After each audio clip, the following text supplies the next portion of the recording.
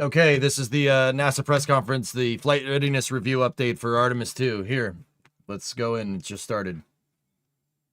Dr. Lori Glaze, Associate Administrator for NASA's Exploration Systems Development Mission Directorate. John Honeycutt, Chair of the Artemis 2 Mission Management Team. Sean Quinn, Exploration Ground Systems Program Manager. And Norm Knight, Director of Flight Operations.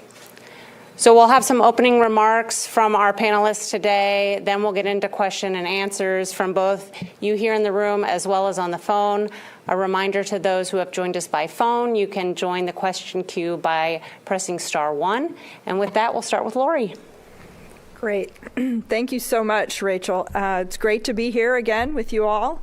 And thank you so much for the turnout. Thank you for being here and for the tremendous interest, sustained interest even in Artemis 2.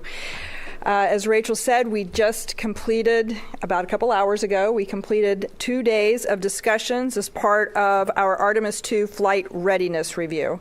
The flight readiness review is our final big assessment of our readiness for launch, where we are going to, when we launch, fly 4 astronauts around the moon and bring them home safely. An incredible amount of work has gone into preparing for this test flight by thousands of people across our integrated team. At the conclusion of the flight readiness review, I'll just say during the flight readiness review, we had extremely thorough discussions, very open, transparent. We talked a lot about our risk posture and how we're mitigating those risks. We reviewed the challenges that we've had and how we've addressed them. And we talked about the work that remains, what's left to do, and how we're going to get through all of that. We were fortunate to have our crew join us virtually for the review from Houston: Reed Wiseman, Victor Glover, Christina Cook, and Jeremy Hansen. Having them join us in this review really reinforced the importance of having open, honest discussions about our path forward and about the risks that we're asking them to take. At the conclusion of the FRR, all the teams polled go to launch and fly Artemis 2 around the moon, pending completion of some of the work before we roll out to the launch pad. Just a reminder to everybody, we talk about it every time we talk about this flight. It's a test flight, and it is not without risk, but our team and our hardware are ready. We are planning to roll out to the pad, back out to the pad, targeting next week, a week from today on the 19th. We are on track for that. Everything's going pretty well. Maybe even a little ahead of that, but we're shooting for the 19th. And then once we get back out to the pad, we'll configure for launch. Pending completion of the work in the VAB and at the pad, we are on track for a launch as early as April 1st. And we are working toward that date. I'll say the launch time on the April 1st is at 6:24 p.m. I also wanted to note, I'm sure many of you have seen our little calendar with the green squares on it that shows the available dates for launches in April. We have also just continued to refine our analyses of launch availability and are adding April 2nd to our calendar of potential launch opportunities in that early April launch period. The launch on the 2nd would be at 7:22 p.m.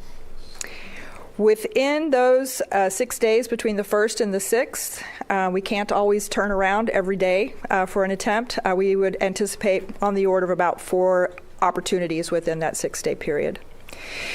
Again, while I am comfortable and the agency is comfortable with targeting April 1st as our first opportunity, just keep in mind we still have work to go. There are still things that need to be done within the VAB and out at the pad. And as always, we'll always be guided by what the hardware is telling us, and we will launch when we're ready.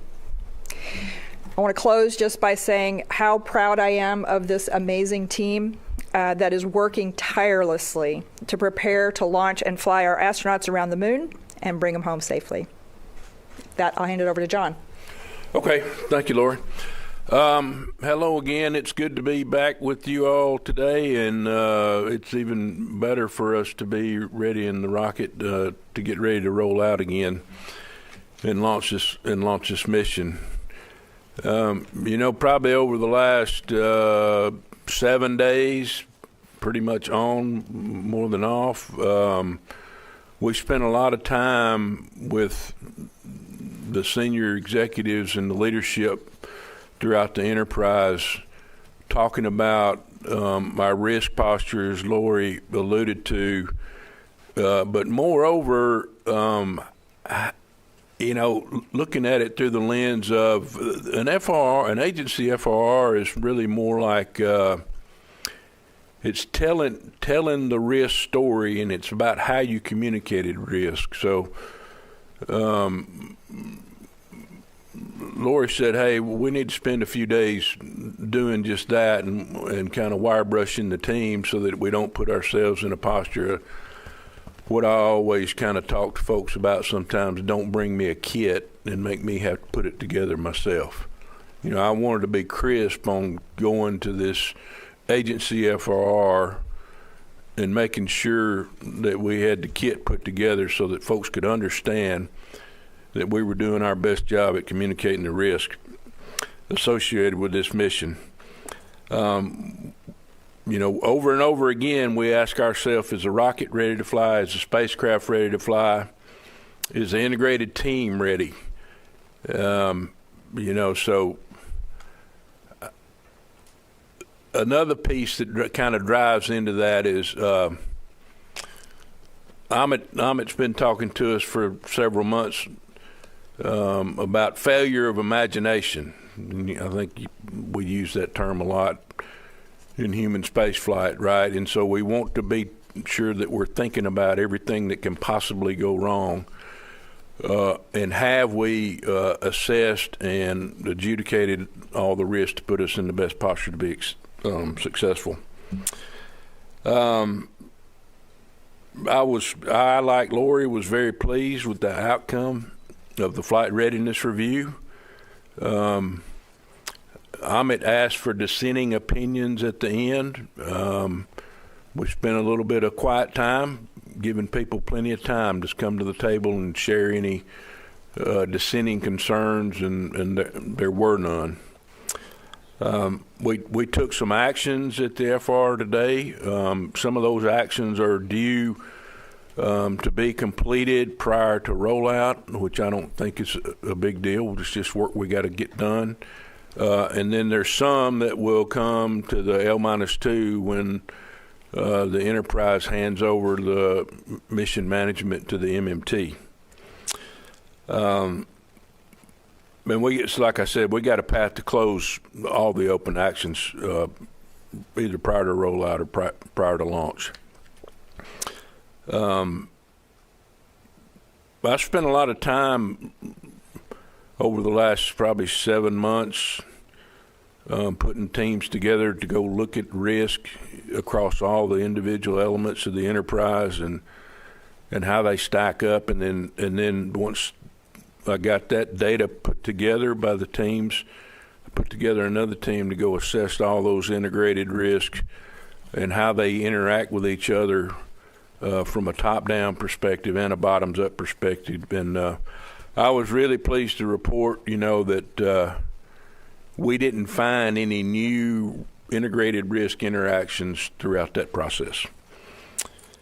So just in closing, I'll say that, this is the first flight, like I've always said, of humans in over 50 years and to the moon, and that's certainly exciting.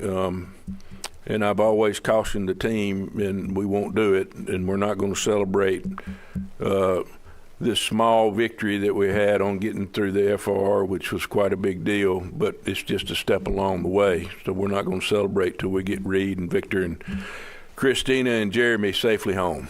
Thank you. I'll turn it over to Sean. All right. Thank you very much, John. Well, first of all, it's good to see everyone here today. It's really incredible that we've set a new launch date to send our astronauts back to the moon for the first time for 50 years. Exactly 2 weeks ago, we had to roll back from the pad after a very successful wet dress rehearsal. And, it was frustrating to have the issue that we had, but, as you know, we had a problem loading helium on the upper stage.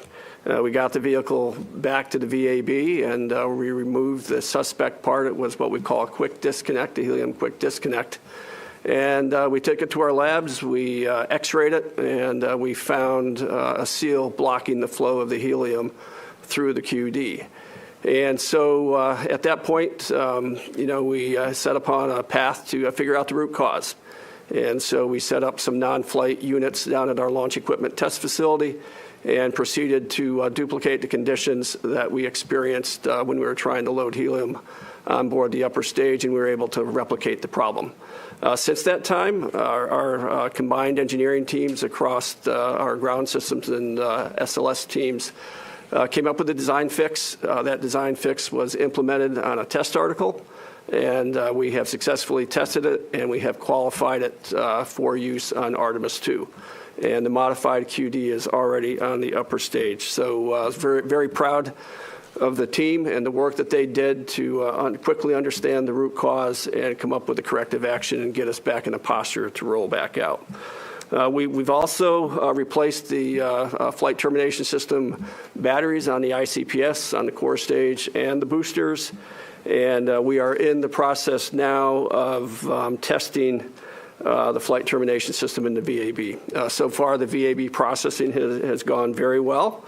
And, as Lori mentioned, we're targeting March 19th, the roll date. And should we meet that roll, which we have fairly high confidence we are, it'll be the fastest turnaround in the Artemis program since we started. 22 days from the time we roll off the pad to getting back out to the pad. During that time, we've also charged Orion's launch abort systems batteries. We performed another closeout crew demo in the VAB. And, the closeout crew and getting them trained and making sure we hit our timelines is very important for our launch countdown. And we got it done in a little under about 2 hours and 40 minutes. And so we're meeting our closeout crew timeline, and that was very good training. We also replaced the liquid oxygen seals on the tail service mast umbilicals. And so we thought while we had the time, given the experience we had with the LH2, the hydrogen seals, would be a good idea to change those. So we did that, and that's all completed. And now we've committed to roll again on the 19th. We'll get the vehicle back out of the pad, go through the pad preps, set up our EES system, raise the engine service platform, raise the extensible columns, do all that work, and put us in a good launch posture. Now, I will tell you that over a year ago, we set out to launch no later than April of 2026. Amit challenged us to get the vehicle to the pad by February. We held schedule for an entire year. That's quite an accomplishment for all the programs that are supporting Artemis. However, we had the problem with the helium disconnect, and we listened to the hardware and said we're not ready. We brought it back, fixed it, and we're going to get back out there for that launch attempt on April 1st. I will tell you that this processing flow has gone very well in terms of our timelines. And, we spent half the time in the multi-payload processing facility to service Orion as we did for the Artemis 1 flow. And we cut the time in the launch abort systems facility by a third. So we're learning. We're all very excited to implement the new vision for Artemis that our administrator has announced to increase our launch cadence. And I think Artemis 2 is putting on us a good path. So it's good to be here. And with that, I'll turn it over to Norm. All right. Well, thank you, Sean. And really thank you to everyone for your continued interest in this historic mission. The flight readiness review over these past 2 days was excellent and really heavily focused on crew risk and mission success. As you've heard, we remain on track for an April launch opportunity. Our teams in Mission Control Houston are fully prepared to support this mission. They've been training side by side with the astronauts, Reed, Victor, Christina, and Jeremy, through countless simulations and really working through every scenario. The team is ready to support both the astronauts and the spacecraft systems through the journey around the moon to when they're reunited with their families after splashdown. I talked with Reed this morning, and the crew is in excellent shape and ready to fly. They've complete confidence in the ground team supporting them. They have built strong relationships with our flight controllers and the integrated teams over the course of their training flow. For an April 1st launch, the crew will begin pre-launch quarantine at about L-14 days, which is March 18th, and will then travel here to the Kennedy Space Center at L-5 days, which is March 27th. This is an exciting time for our entire flight operations team to fly humans around the moon for the first time in over 50 years, send them further than any humans since Apollo 13, and continue paving the road of human exploration to the moon and beyond. As always, our astronauts and their safety remain our top priority. With that, I'll hand it back to Rachel. All right, thank you. All right, we'll start taking some questions. We will start here in the room. If you're here in the room, please wait for the mic to come around. We'll also take some questions by phone. If you've joined us by phone, please remember to press *1 to get into the question queue. And with that, let's start over here. Marcia Dunn. Marcia Dunn, Associated Press. I'd like to hear a little bit more about how you fixed this helium. What caused the seal to block the flow of helium, and how do you redesign for that? And Laura, you mentioned April 2. Is that now a new date? Yes. And does that give us 6 tries at the beginning of? So you didn't remove one to? No. Perfect. Thank you. Got it. Yeah. So without trying to get overly complicated, so the quick disconnect between the upper stage and the ground umbilical, there are seals in there to hold that helium, in the pressure line. And one of the seals occasionally would get forced out of its location that it's supposed to be and block the flow through the quick disconnect itself. We actually ended up removing that seal and reinforcing another seal that would be less susceptible to that phenomenon.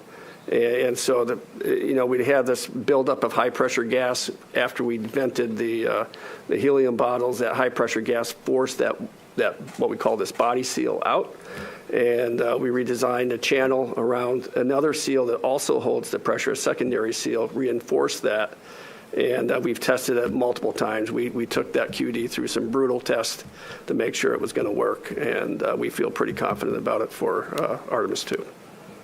Yep. And then if I can provide just an explicit answer to Marcia, because I was shaking my head in the room and just want to make sure everybody gets the answer, that yes, we have added the 2nd of April. That is a new date. Previously it had been excluded. We've done additional work, and now we've done enough analyses to believe that that is a viable date. So it's been added, and it is an add. We haven't taken any other dates away. We have 6 potential dates. Mm-hmm. Hey, Bill Harwood. Hi, Bill Harwood, CBS News. Since virtually all of you mentioned the risk analysis for this mission, the OIG last week put a report out that put the risk of lunar operations at 1 in 40 and the risk of lunar mission from start to finish at 1 in 40, or 1 in 30, I'm sorry. Is there a probabilistic risk assessment for Artemis 2? What are the numbers? Since you're talking about assessing the risk, you've got to have some way to do that. So is there a number to put on this flight in terms of what you consider acceptable risk? Do you want to take that one, John? Yeah, so Bill, we've grappled with this overall number for a while. What I would say is we understand the risk associated with the individual components, the subsystems, and then the overall systems. I think I talked at the end of Artemis 1 relative to, new rockets. It's a 1 in 2 chance to make it, right? So I think we're looking at this kind of qualitatively, like, I've done a lot of thinking and a lot of reading about, okay, what does that mean for us for Artemis 2? And, there's a lot of variables there, right? And it really depends on how quickly you get back into flying, right? And so, one of the variables is we've got such a gap between Artemis 1 and Artemis 2, and you don't have that cadence, kind of like we had in shuttle, where we fly sometimes 4 or 5 times a year, right? So Lori and I have talked about this a lot, and so the numbers would tell you just kind of qualitatively that, it's probably a 1 in 50 would be a good number if you were really getting after it and had a good cadence on a second or a third time. But with this gap that we got, it's probably not 1 in 50. It's probably not 1 in 2, but it's probably, like, and I'm quoting Lori on this, is and I believe it too. It's probably closer to 1 in 2. That and that's. Well, that basically means we're probably not 1 in 50 on the mission going exactly like we want to, but we're probably not 1 in 2 like we were on the first flight. That's what I would tell you. I think we're being really careful not to really lay probabilistic numbers on the table for this mission, just given the small amount of data. You say anything you don't agree with there, you want to add? I guess the one thing I would add is you asked specifically about the probabilistic risk assessment, and we do those. We have that. They're numbers. I think sometimes we get tricked into believing that those numbers are somehow really telling us something critically important. I think they're valuable. I think we can do things in a relative sense to measure what's more risky or less risky. But I agree with John that in this sense, I think as we're thinking this through, thinking about it as it's not the first flight, but we're also not in a regular cadence. So we definitely have significantly more risk than a flight system that's flying all the time. But I'm with him. I wouldn't actually put a number on it. I can break it down in terms of the mission phases, right? And I can tell you, when we got the most dynamic activities going on, like during ascent, and then when we're doing those burns, doing the perigee raise, and then we're doing the TLI burn, those are going to be the times that we're introducing the most risk into the whole mission. There's a lot of times where we're steady state and we're going to be feeling pretty good about what's going on in the mission. But at the end of the day, we want to accomplish as many goals that we've laid out for ourselves in the mission. But the main thing that I want to do is I want to hit that damn entry interface right down the middle and make sure that I'm bringing the crew home safely. Okay. Let's go second row, Will Robinson-Smith. Hi, excuse me, Will Robinson-Smith with Spaceflight Now. Thanks for taking the time to talk with us. Maybe just to clarify this, just to make sure that at least I'm fully understanding what you're saying. So the 1 and 2, is that essentially to say that there's a coin flip in the mission going fully successfully as architected? And then just secondarily, a quick follow-up. We saw the VAB be evacuated earlier today, and there was some talk of a loud bang. Can you clarify what exactly happened? Thanks. Sean can get that in just a minute. So I don't want you walking out here and saying that I said this mission's a 1 and 2, right? I'm saying if you look at the data over time, over the lifespan of just building new rockets, right? The data would show you that 1 out of 2 is successful. You're only successful 50% of the time. I think we're in a much better position than that. And the only way that I can put us in a better place than the 1 and 2 is do what we've done, right? Uncover all the risk and make sure we've done everything to buy down risk, give us options to work through challenges that we've got. And then at the end of the day, it's going to be what it's going to be. Now, I'm not being flippant about that, because these teams the individuals are ready to go fly. We have spent a lot of time working through our processes on the ground and for in space and for landing and recovery. Teams are well practiced. There's probably not many scenarios that if things go fairly nominal that we don't understand. Norm and I talk about it a lot where, we know we're going to get a curveball thrown at us. And so then we got to weigh our options and assess the risk at that point in time, and then we'll keep moving on. Okay. He got your bang story there. Well, let's see. So first of all, we don't know exactly the cause of the loud noise. We had what we call an access control monitor hear it, didn't know what it was, did the right thing, pulled the fire alarm. We rolled the fire engines, the fire department into the VAB. They did their normal methodical checkouts that they do whenever a fire alarm is pulled, and we declared the building fire safe shortly after that. And we don't know exactly where the bang came from, but we went ahead and shut the VAB down, evacuated the personnel, and did the safety checks. We could not find any sign at all of a fire. The person also reported an odor. We think it may have come from a floor drain, and declared the facility fire safe and brought our crews back in to continue working.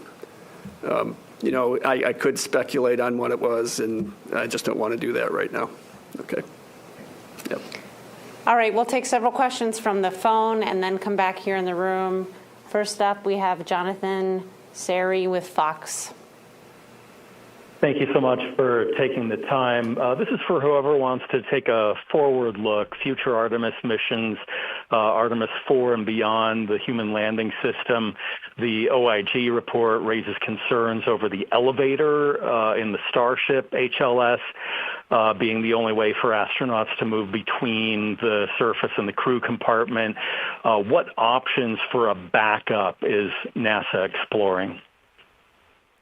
I'm not sure if you're asking about a backup to the elevator or a backup to the Starship. I mean, certainly we do have two options in our human landing system program to provide landers to the surface. We've got both the Starship from SpaceX, and we have the anticipated Mark II eventually from Blue Origin. For the other lander that we have on contract. Both of them will have to demonstrate not only the successful landing and ability to an uncrewed landing and ascent from the surface of the moon before we commit to putting our crew on there, but they're going to have to demonstrate that they are qualified for human flight. And that is going to require the safety and the backup systems and the redundancies that are going to be required to keep the crew safe. Okay, next question we have on the phone is from Jackie Waddles with CNN. Hi there. Thanks for taking my question. For John Honeycutt, I think it might help us better understand these risk assessments. Can you just clarify again what exactly you mean by the 1 and 2? Again, is that the risk of this mission not going exactly to plan? And I know, from covering Demo 2 and all going back to shuttle, we're used to having numbers for odds of loss of mission. I'm nipping this shit in the butt right now. Yes, I swore. I'm sorry. Look, they've launched once. This is the second launch. 1 and 2. This is not complicated. From a pure, straight data standpoint, they've launched this rocket once. It's worked.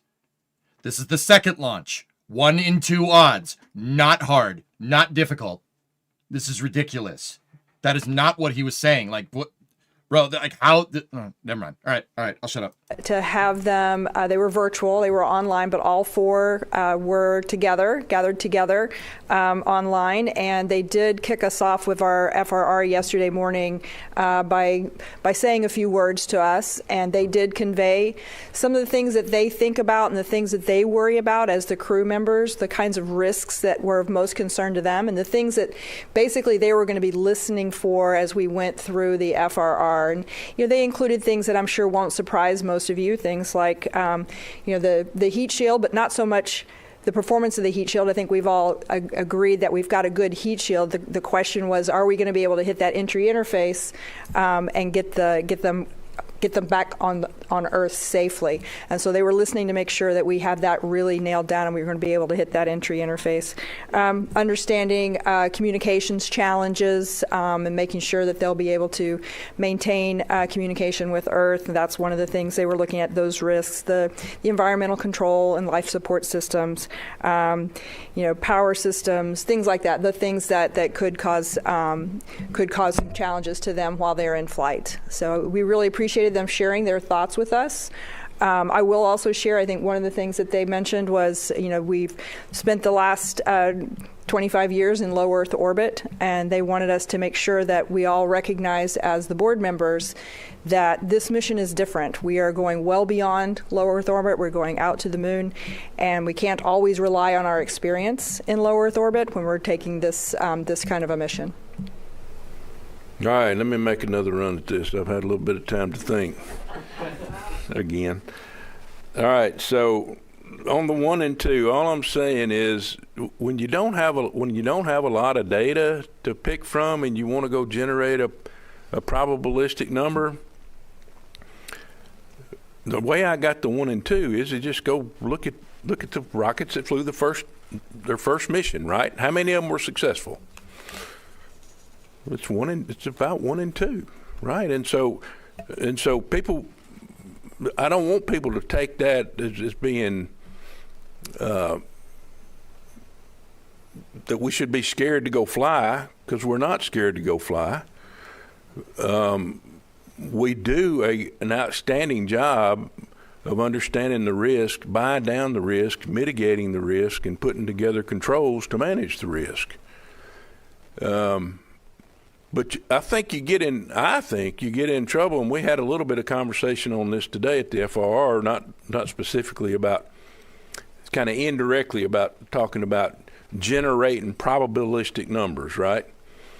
And so you can use a probabilistic assessment in a way that might scare you unless you go look at, for instance, take for example, losing foam, right? And so you can say, okay, there's a X and Y chance that I'm going to lose foam off the rocket. Okay, but then something else has got to happen. It's got to be in the right place, and then you got to work through the demise chain. What it's in that area, based on the analysis we can do, what's it going to hit? What if it does hit that? What can it do? And so, when you work through all that from a technical standpoint, you can put yourself in a better place rather than just solely relying on a probabilistic number. And Bill, I totally get what you're saying, because in shuttle, we used to have a 1 in N number for loss of mission and a 1 in N number for loss of crew. And, I think those numbers, I don't go back to STS-1. I started probably around STS-36 after Challenger. But, those numbers were always a 1 in N. Norm, you might remember how the range was about, a 1 in 130, 1 in 140, and it improved over time, right? And it's driven by the stuff that you do to make the launch vehicle or the rocket better and put yourself in a better position to mitigate the challenges that you got. So, it's just, I feel like we're kind of we're being a little bit dangerous, and it's interesting that I didn't get this question asking me about it too much on Artemis 1, right? And I understand why, right? We got people on the rocket this time, so people go, oh, shit, pardon my French, but, it's just like, how can that be, right? Well, it's looking at the data. So we can probably pursue, I know we have pursued loss of mission, loss of crew type number assessments, but I'm not sure we understand what they mean in reality. And I'll give you an example, right? You know what the biggest risk we got right now in the Enterprise? micrometeor debris. That's it, right? Now, in my mind, is that real? It's real, right? But when have the last two bad events occurred? Going uphill in that highly energetic event. That's when it occurred, right? So, you know, we can fool ourselves sometimes into thinking, really, is that the biggest risk to the mission, MMOD?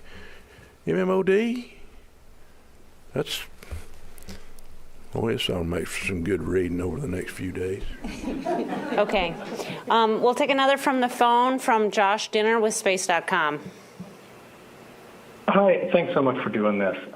You've talked in the past about the stress rollout can have on SLS, and I didn't hear a mention of another wet dress rehearsal. What would be the justification for skipping another wet dress, and will you have any way to assess that helium QD back at the pad?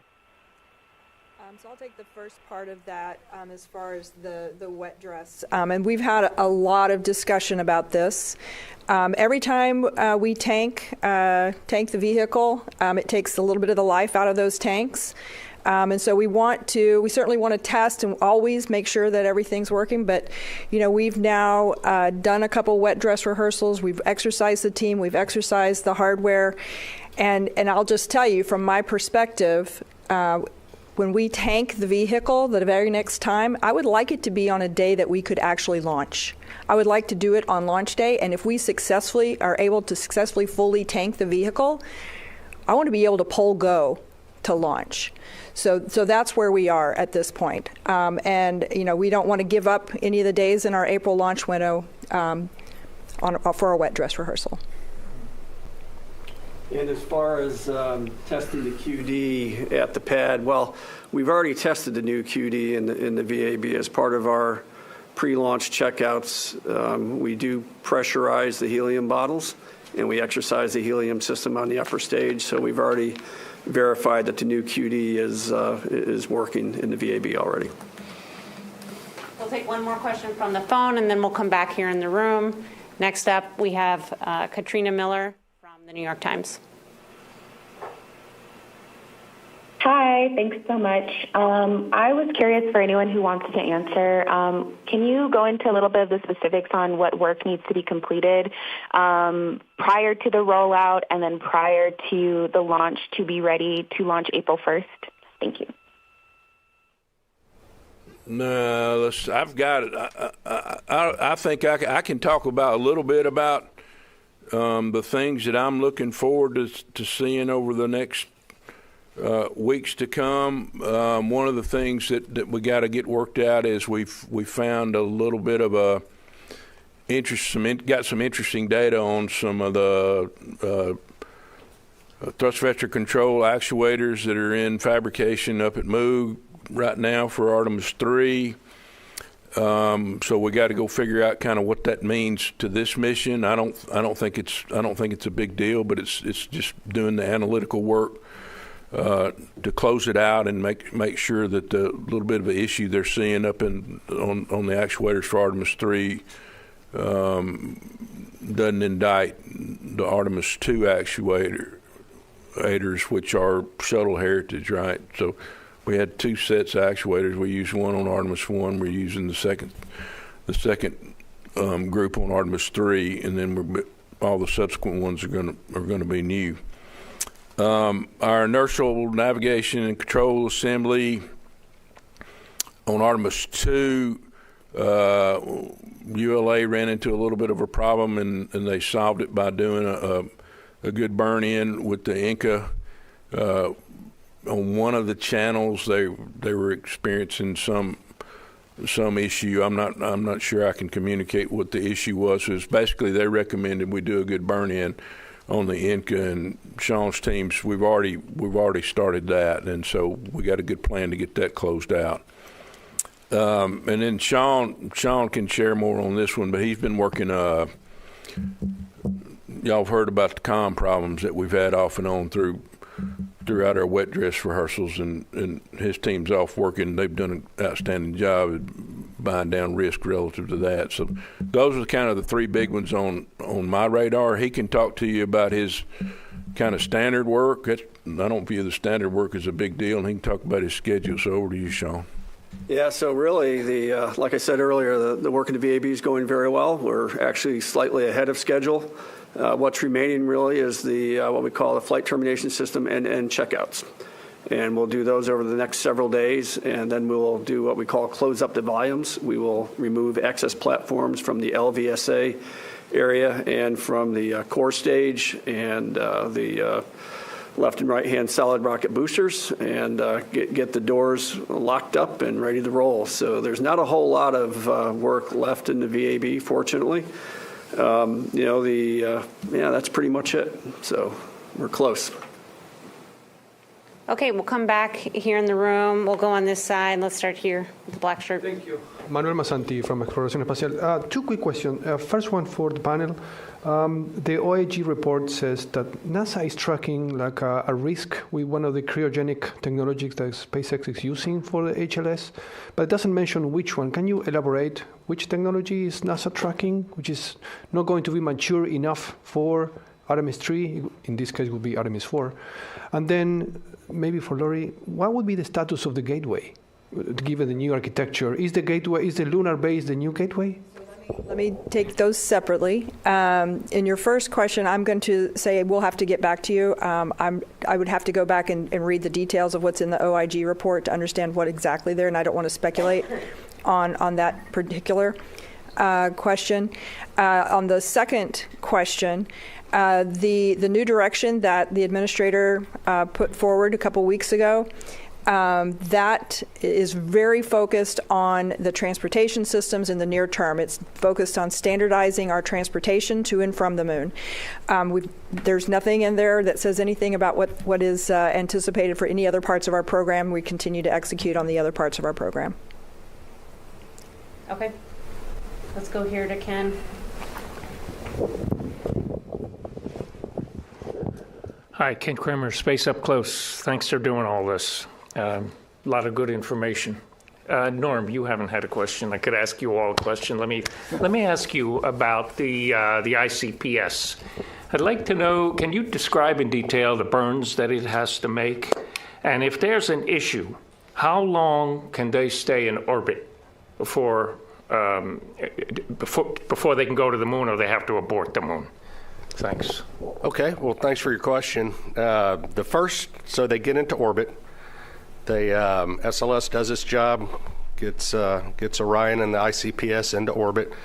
So the first big burn that they're going to do is an apogee raise burn, and that is one that puts our apogee way out there, about 3,000 kilometers, give or take.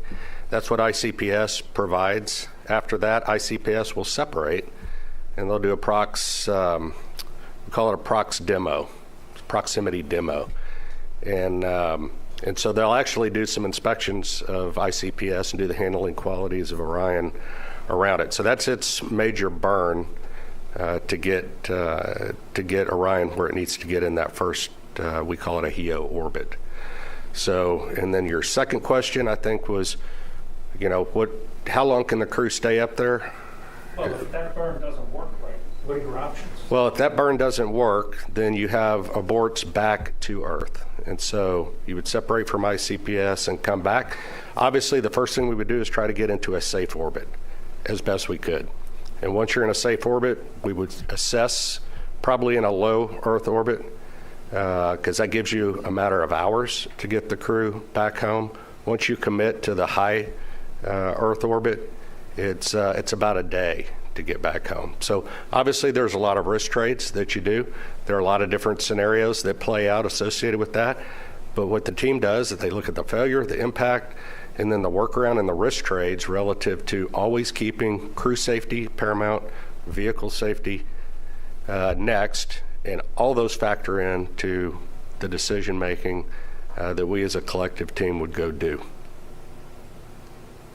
Okay, we'll go back again to the phone for several more questions. Next is Lauren Grush with Bloomberg.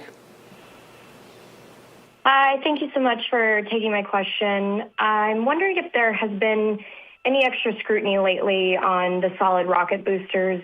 I understand they're probably very different designs, but just for peace of mind, 2 Vulcan flights now have suffered issues with their Northrop Grumman-built boosters, and then there was also an issue with an SLS booster test last year. I understand they might be disconnected, but wondering if that has prompted any closer look at the designs or if you feel confident the ones you have are ready to go. Thanks so much. Yeah, so that first part happened under my watch when I was the SLS program manager. Yes, and the one, the ground test failure it's a totally different design, and the Northrop Grumman team and the NASA booster team did the due diligence to clear that work, and there was nothing there to indict the booster that we're flying today. And the same thing for the booster that was on the Vulcan. We went through the same activity and cleared it both, so it doesn't indict it. And there's been, I know we talked about it at some point in time along the way, especially right after the one on the Vulcan had its issue, and the team closed that action out, and it did not come up in Lori's FR or the agency FR. Our next question is from Denise Chow with NBC. Hi, thanks very much. I was wondering if you guys have any details on launch opportunities beyond April in case those are needed. So my answer to that is we are focused on April. I've said in the past that, yes, there are opportunities in other months, but right now we are solely focused on April. We'll take another question from the phone. This is from Paul Brinkman with Aerospace America. Yes, thanks for taking my question. I'm just trying to go back to the hydrogen and helium issues. There were problems with leaks in Artemis 1. We did hear that there were fixes made to kind of make sure that wouldn't be a problem again. Then there were similar problems with Artemis 2. I'm just wondering, does NASA feel like it has a really firm grasp on why these leaks occur on the launch pad now?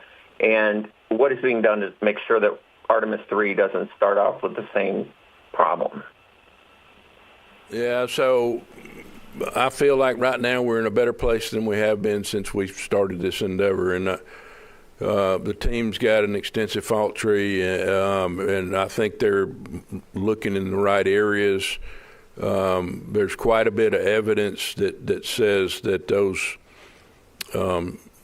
Teflon seals that are used in that area, if they're assembled for some length of time, and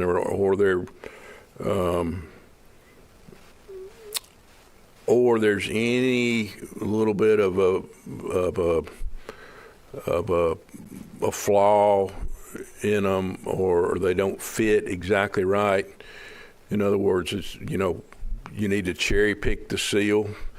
But I think the key thing that they're starting to hone in on is in talking back with the supplier and then doing the investigative work themselves is, we assemble that interface in the VAB, and it sits there assembled like that for quite some time before we roll out. Right, and so I think there's some good evidence that's leaning towards that material can flow and set, and it looks to me like, based on the limited data that we've got and the experience we had from Artemis 1, that we're going to be in a good posture when we roll out this next time, and I think that's as Lori alluded to, we don't feel like we need another wet dress, and this is one of those opportunities where I think we need to be. I think we're using good technical judgment and being bold, making bold decisions about what we do. Obviously, we don't want it to leak, but I'm highly confident in the technical team's ability, and they're saying basically the same words that I'm parroting back to you. Our next question is from Micah Maidenberg with the Wall Street Journal. Hey, good afternoon. I wanted to take one more shot at the probabilistic risk assessment discussion. In 2022, I think it was Mike Serafin did talk about a 1 in 125 potential loss scenario for the Orion vehicle on Artemis 1. Just even with the caveats about Artemis 2, the differences and the small amount of data that John talked about, can you at least provide a comparable for that number, the one to n number for Orion for Artemis 2? Thanks. Micah, I'll just say we've addressed the risk question several times. I think if we have more follow-up to do, we can follow up with reporters separately. We have plenty more questions to get to, so we're going to go ahead and do that. We do want to take one more question on the phone from Marcia Smith with Space Policy Online. Thanks so much. My question actually was about Orion as well. We've been spending all this time talking about SLS and ICPS and the tests on those systems. Could you just give us an update on when the last time the Orion service module systems have been tested? And does the Orion service module only fire once? It only has to work once in order to get them around the moon and back home. Could you just walk us through that part of the flight?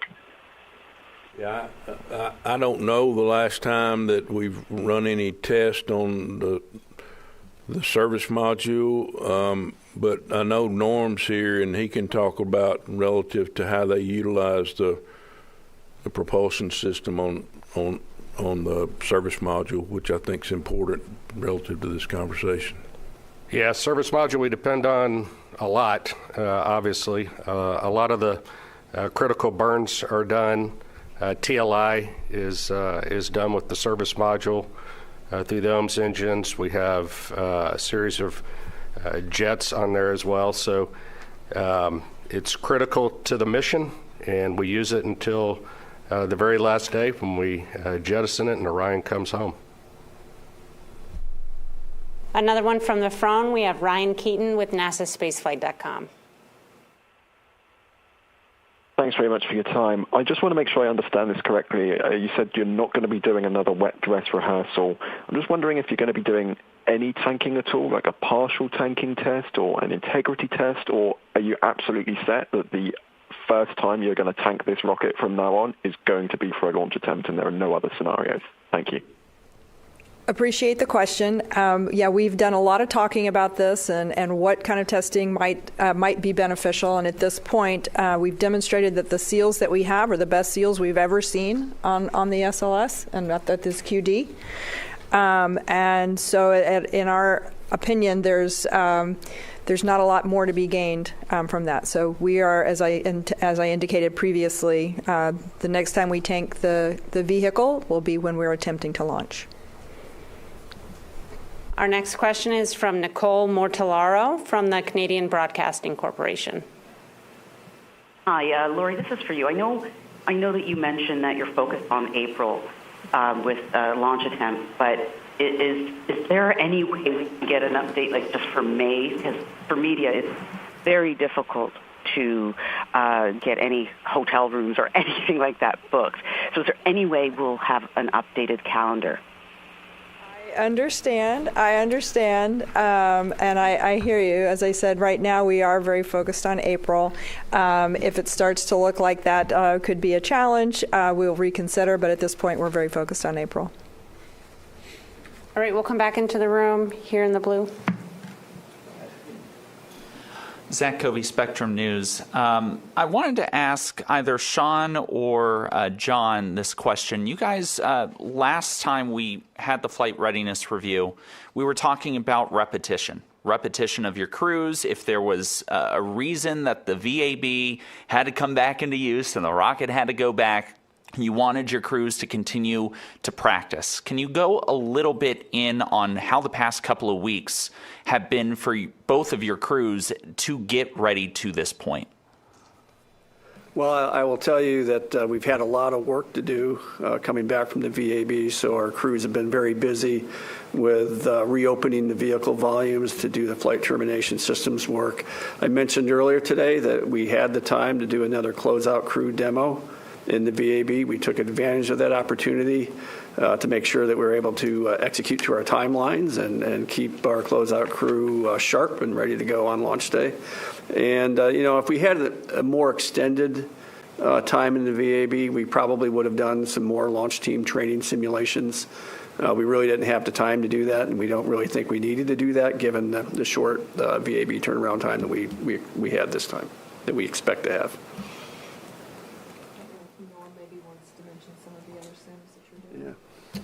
Well, talking about the flight control team and the readiness, obviously we've used the time to do a few more sims, a few more practice sessions. We've done, I think, over this whole journey for Artemis 2, about 126 days worth of simulations, both standalone with the crew, with the flight control team, with the integrated engineering teams as well, with the mission management teams. And so we've not only focused on specific training, but full integrated training. So we're still taking advantage of that since February. We continue to hone the teams. The teams are working very well together. And at the end of the day, I am fully confident that if we have any problems, it's the integrated team that's going to pull us through. And that means the crew and the ground teams working together as one in support of the mission. So we use this time wisely, and we hope it all goes nominal, but if it doesn't, you got the best teams on and off the planet to take care of any problems. And we have time for one final question. We'll take that from the phone. That will be Christopher Mick with the Hudson Star Observer. Thank you very much. I believe this would be for Mr. Honeycutt. I understand the procedure with the timeline, and there's not going to be a tanking test due to the life of the booster. Would there be any consideration with the kind of stress of the rollout back to the pad and maybe changing out those LH2 seals before the first launch attempt, or is that just not going to be part of the procedure? That's not going to be part of the procedure. All right. And with that, we'll go ahead and conclude today. Thank you very much to our participants for participating today. You can stay tuned for further updates on nasa.gov, and we're going to go ahead and pop up the specific URL where you can find that information about our progress, nasa.gov/Artemis. Thank you all for joining us today.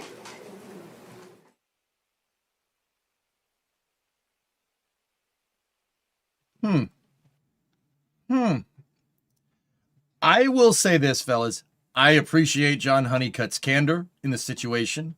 He cursed in a NASA press conference. He said, yes, you know what? I appreciate it.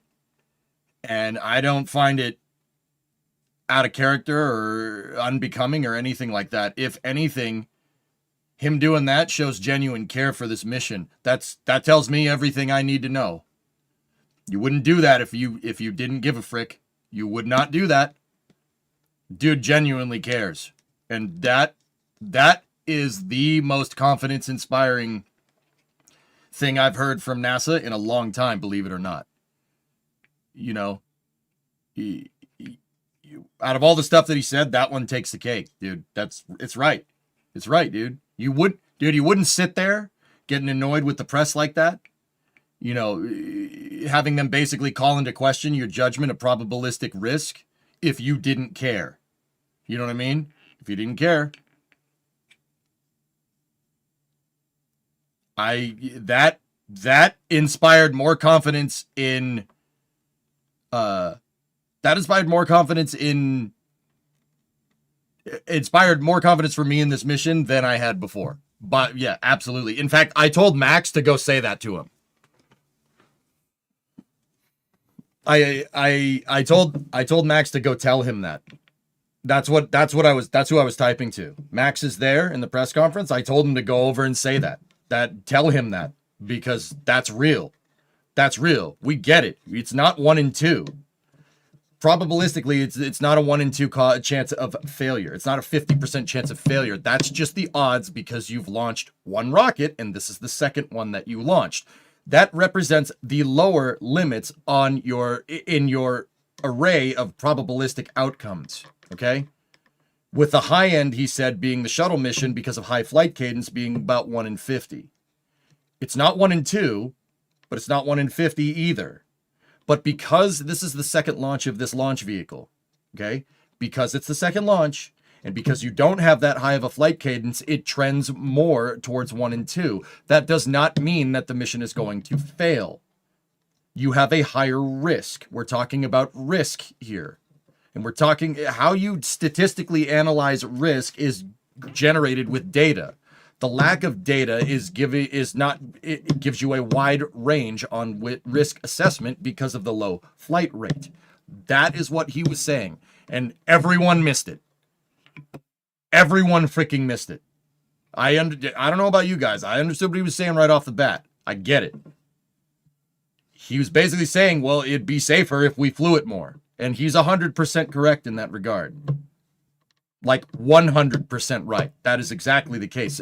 Flight cadence is a safety concern. If you're not flying a lot, risk goes up. Yeah, he's gonna get mosquitoed hard. Which I mean, rarest. Honestly, I don't blame him for cursing it out, for saying what he said. I don't blame him. I would have done the same thing. No, you guys aren't understand. You asked me a candid question. I gave you an honest response, and they're running away with it. I'd be pissed because that's not what I said. Yeah. It's right, dude. Misquoted. Damn, you autocorrect. I don't think you autocorrected. I think I just read it wrong.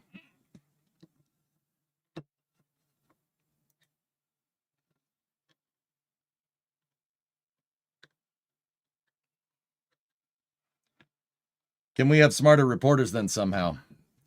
Marcon, I guess I'm going to have to get down there, huh? I got what he was saying. I understood that. There was not... I mean, granted... See, Marcon, here's the thing. Look, man, I'm not a journalist. I'm more here for the engineering side of things. Spaceflight journalism is just something that I ended up doing. I'm not a journalist, right? I'm sure these journalists have regular stresses with their job, and they don't have the time to go through it with a fine-tooth comb. You know what I mean? Maybe some of them even were assigned there because, that's their assignment. They're not obsessed with spaceflight like we are. And I get that, and I understand that. Well, that being said, if I was a journalist, and this is what I mean, I didn't pursue a spaceflight journalism career. That just became a thing because I like space. You know what I mean? If I was cast into a field I knew nothing about and was paid lots of money to cover said field, I would want to learn everything about it. Everything. Like what we're doing with spaceflight right now. I don't know. It's just how I kind of roll. I mean, it's very clear that some of them are not paying attention. They are not paying attention. They're mincing words. They generally don't understand, genuinely do not understand how NASA deals with risk. And I don't know if that's because it's not conveyed correctly. Or maybe they just don't care. Maybe they just don't care. You gotta, so there's no doubt in my mind that somebody sees this, I gotta attend this damn press conference. It's another thing to do. All right. And they're probably just browsing Insta while they're listening to the press conference just to say that they did it. No, I gotta ask a question because I gotta write an article about, I'm sure somebody's doing that. I'm not gonna say who. I don't, it's not important, but I'm sure somebody the point is that they don't give as much of a frick as we do. And that's okay. That's fine. I'm not expecting everyone to be autistically obsessed with spaceflight like we are. But gosh, dang, dude, you got to give them the amount of low effort. The flip side of this is the amount of low effort is ridiculous. These people don't even understand grammar.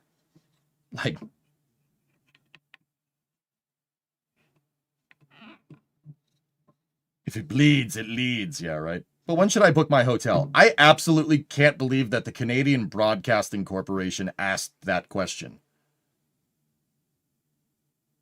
How can I book a hotel?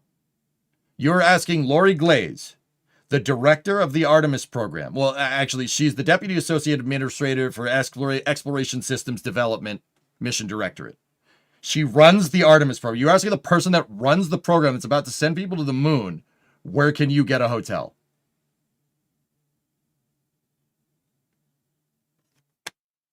Bro, read the room. Oh, wait, you can't. You're on the phone bridge.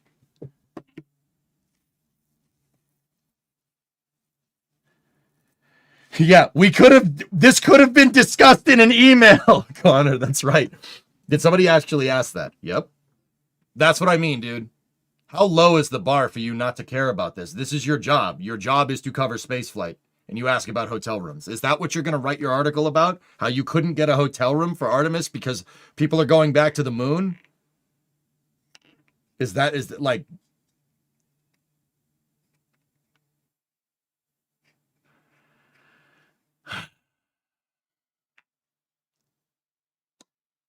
Like, once again, dudes, it's a slippery slope because I don't want to be like, no, you shouldn't be there. You shouldn't talk about spaceflight. Any article about spaceflight that gets traction in the press, good or bad, is not necessarily a bad thing. I mean, unless it's something like Challenger or Columbia, in which case we got a big problem. But guys, I got a lot of mission assurance there. Listening to Lori and John talk, and please, I forget the dude. The engineer that was there, what was his name? His name was Sean Quinn. This guy. Yeah. He is the EGS manager. So he's in charge of all ground servicing equipment for the Artemis program. That's cool. I've never seen him before. And then, of course, the flight ops dude. Flight ops dude, gonna flight ops dude. That guy, this guy, Norm Knight. Yep. Any flight ops guys are... So, like, if you know a little bit about spaceflight, flight ops guys are like Gene Kranz, Chris Kraft, flight directors, mission directors. Those guys are the real deal. Flight ops is awesome, dude. Those are the guys. Those are the failure is not an option dudes. Those guys are cool. Did you hear Norm talk? When he answered questions, he was like, oh, we're going to do this, and it's going to work. It's going to work. We're going to get them back. That's badass, dude. That is inspiring stuff. Good stuff, man.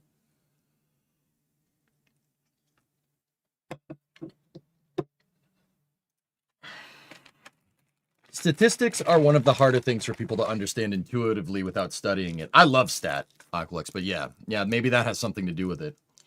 Maybe they should have more engineers up there answering questions. Reporters could do a lot worse than offering you a free ticket to be there and participate in the Q&A and then pick your brain like we are here. Yeah. Well, I hope they don't do that because that means I won't have a job anymore. No, they can keep being obtuse and I'll keep explaining it. That works really well for me. The hotel thing was just another angle to get them to stop being coy with the May launch window dates. Yeah, and it didn't work.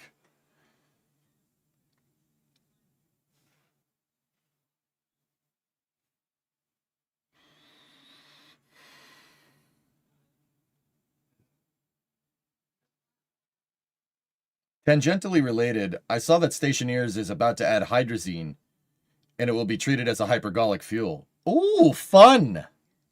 Some Stationeers players, Wolfie, are going to learn why hydrazine leaks are bad. Guess what happened on Starliner? Poppet seal degradation due to improper thermal analysis of pulse width modulation on your injectors.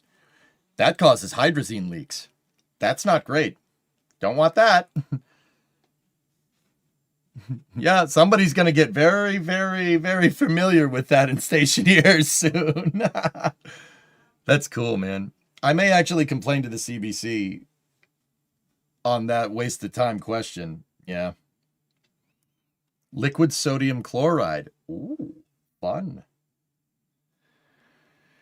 So, guys, another thing that I saw a lot of people kind of like, you're not doing... So NASA's decided to not do a wet dress rehearsal.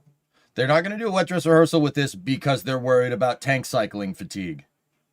Not that it's like a huge risk, but you don't want to tank that SLS core stage any more than you have to. Now, to be 100% honest,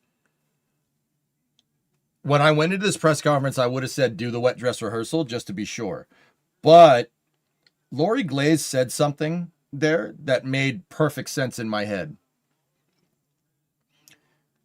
Look, do you remember between wet dress rehearsal 1 and wet dress rehearsal 2, how we said that, so between wet dress rehearsal 1 and 2, NASA announced their fueling test. They were going to do a fueling test and they wouldn't have the closeout crew there. The closeout crew already did what they needed to do. And we said that was dumb, right? We said that that was a stupid idea because that means your closeout crew isn't practicing for the real thing. That's not smart, right? Remember that?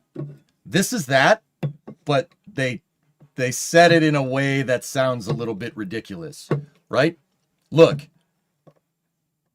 the launch campaign at this point, especially taking into account tank fatigue cycling, right? Look, if you do that, if you go for that launch campaign and it works perfectly, why risk another tanking? Why not have the astronauts suit up, right? Why not do that? Just like the closeout crew with that fueling test. Why not do it? You might as well, right? You might as well. Okay, you run into a problem, boom, wet dress rehearsal 3. And now your astronauts have even more training on actual suit up. There is no downside to getting the crew ready, other than, maybe potentially wasting all of our time because it's a fueling test and not a wet dress rehearsal. But if you tank it and you get the vehicle into a perfect state, why not? Why not launch them, right? If it works fine, probably better to have the crew suited up. I mean, what's it gonna hurt?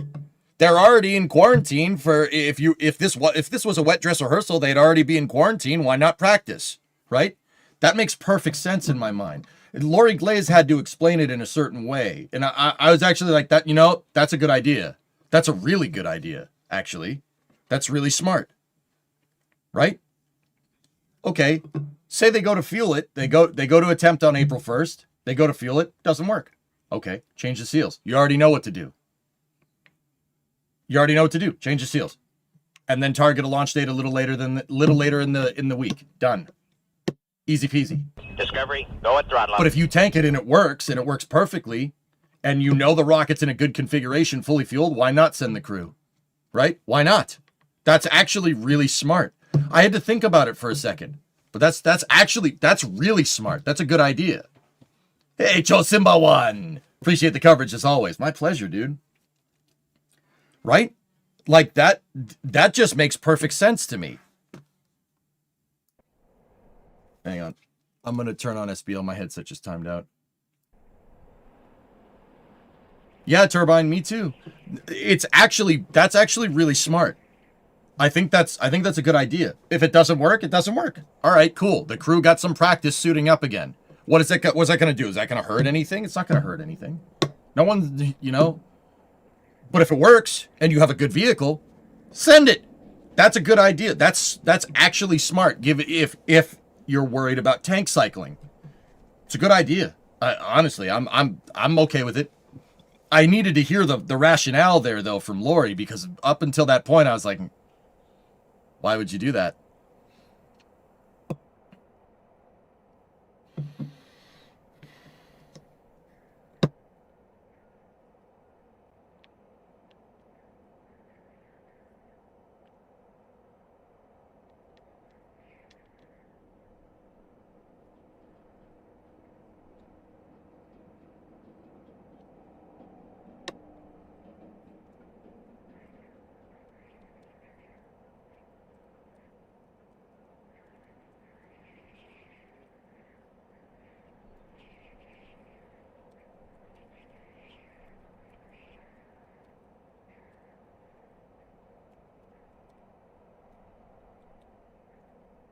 Give me 1 second.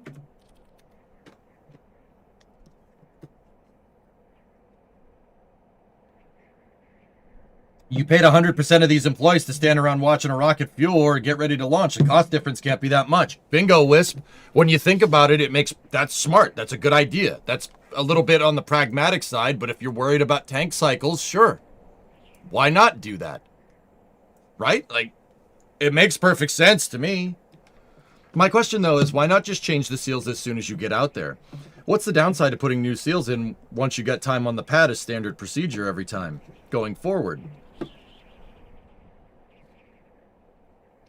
Yarg, I can only assume that the rollback, they said they checked the seals. They said they checked them. They x-rayed the seals on the helium line for the ICPSU, and they looked at the LOX seals and the hydrogen seals. If they checked them and they found that they were in a good configuration, well, that's data suggesting that rollback doesn't screw these seals up. John Honeycutt talked about this. He said that it's possible the vehicle sitting there for a long time is what did it. So if you just took it apart and inspected it and it's fine, that removes rollout from your fault tree analysis for having leaks. I heard what I needed to hear. That's fine. Okay, cool. I want to hear the rationale. Like, that's all. That's what I'm here for. Like, these people know more about it than I do. I'm not going to second guess them. I just want to hear the thought process. Because I would have said up until this point, why even bother? Just roll the vehicle back to the pad and change them when you're out there. That way you know it's going to work, right? But this way makes sense too.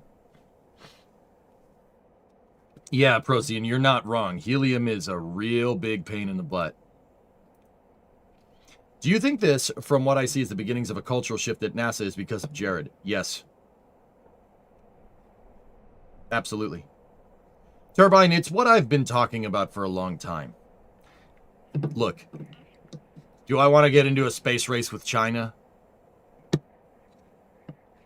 I really would wish that would not be our catalyst for returning to the moon. Really wish it wouldn't. But I have always said that interim, bold deadlines that are quintessential to hopes for peace and security of this nation are a very good way to get this going. Look, NASA needs something to do. NASA is not a logistics carrier. NASA isn't the post office. You know what I mean?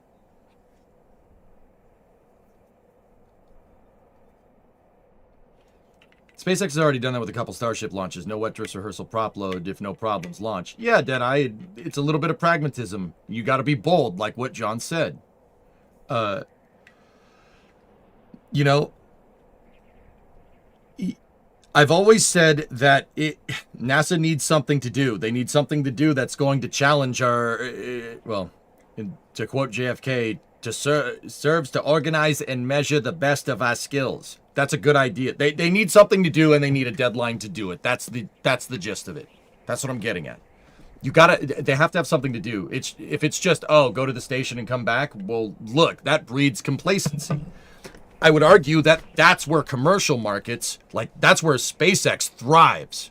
That's where they thrive, right? Doing space flight logistics. That's where the commercial market, that's their thing, okay? NASA should be pushing the forefront and commercial should be following, right? That's historically, that's what worked with the Dragon capsule and Falcon 9. Makes sense, right? What is Falcon 9 but a logistical carrier for the ISS? That's what it started as, right? Now, SpaceX has diversified Falcon 9's capability portfolio a little bit since then, I would say. But the catalyst was being a logistics carrier for NASA. That's where the commercial market thrives, basically doing space shuttle stuff. Going to and from, reusability, that's where that matters. NASA, not so much. NASA should be pushing the edge of space, and they should be doing that with bold deadlines coming from the president, because that's who denotes NASA's goals, right? And then Congress, the House funds or doesn't fund the program, and then the Senate signs it into law. That's the whole checks and balances with how NASA works. If you do not have a bold goal, a bold challenge from the commander-in-chief, the whole system doesn't work correctly. Look, in 1958, when NASA was founded, they had a bold goal. What was the bold goal? Catch up to the Russians. Catch up to the Russians. Establish, eye for an eye capability in space, okay? And when the Russians launched Yuri Gagarin on April 12, 1962, right? Is it 60? No. 61. 61? When they launched Yuri Gagarin, NASA responded with the Mercury program. 61, yeah, not 62. It was 20 years to STS-1, yeah. Which was April 12, 1981, right? the NASA mirrored that capability. And then they got challenged by President Kennedy to go to the moon. Right? To kind of leapfrog the Soviets in capability and surpass it so nobody will ever call into question what system was better. Now, that, once again, that was the drive for that space race, and we're in that kind of thing again. History doesn't repeat, but it rhymes, right? I would argue that a space race with China is not the most sustainable way forward, citing the Apollo program got canceled when it was no longer politically expedient to get done, but the commercial market might change that. You know, like I said, history doesn't repeat, it rhymes. No Booster 19 testing today from what I see, did I?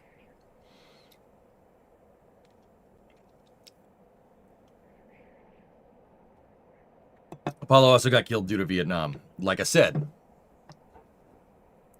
at the first sign of getting rid of it because it was no longer politically useful, they did.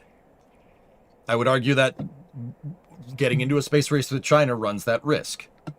I do think the commercial market there will buck that trend, let's say. Look at the space shuttle. Look at Space Station Freedom, the Strategic Defense Initiative in the late 80s. All of that was really a really good idea until the Cold War ended, and then it wasn't. You know, and then Space Station Freedom got canceled, and we got the consolation prize of the ISS, which is basically a neutered Space Station Freedom. You know, what you're saying is that your country only works best at its best efficiency when in a Cold War-esque situation.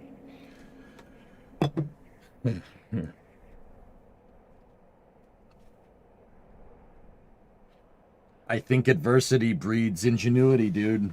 And as much as I don't like admitting that.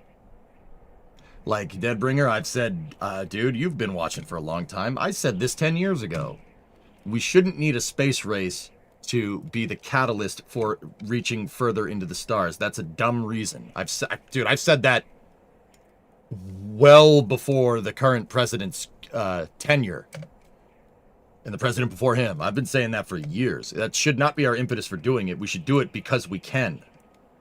That's a much more long-term sustainable goal. To push the forefront of scientific understanding, not for a reason, but to challenge the human condition in itself. Here we are, though. I mean, if that's what gets it done, that's what gets it done.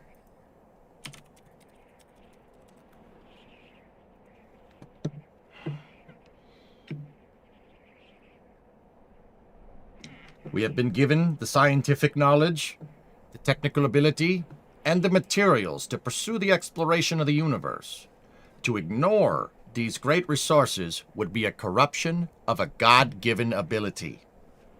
Say whatever you want about Von Braun, but that's exactly right. That is 100% spot on. Absolutely.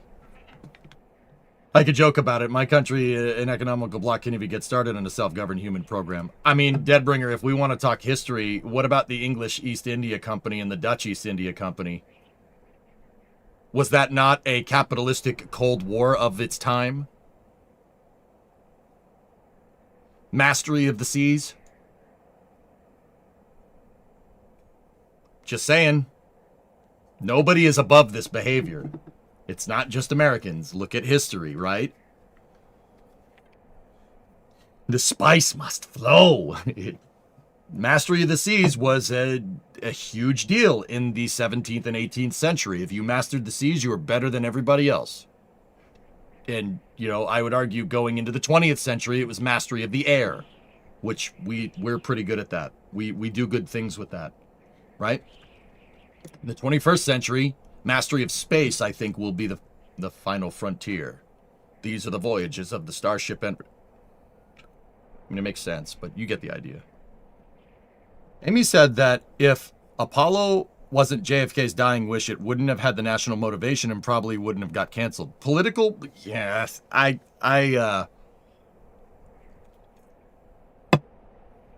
think that played a component to it, Drunar, but I think that is like saying, I got into a car accident and a flat tire was the reason my car wouldn't drive anymore.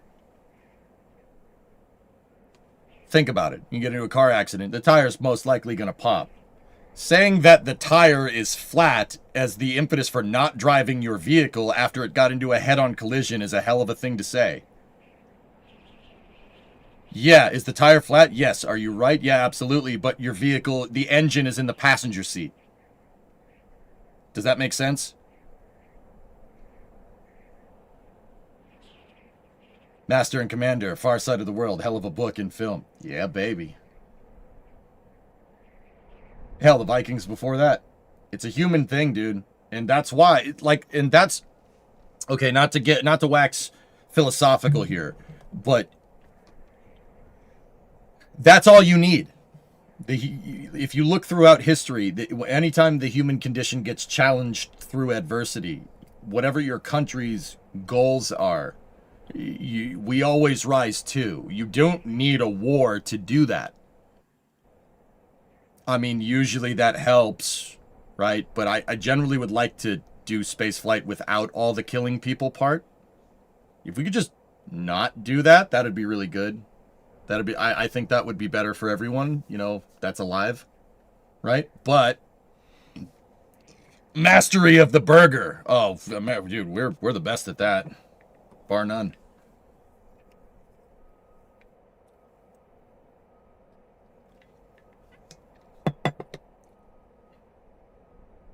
We need another industrial revolution of sorts.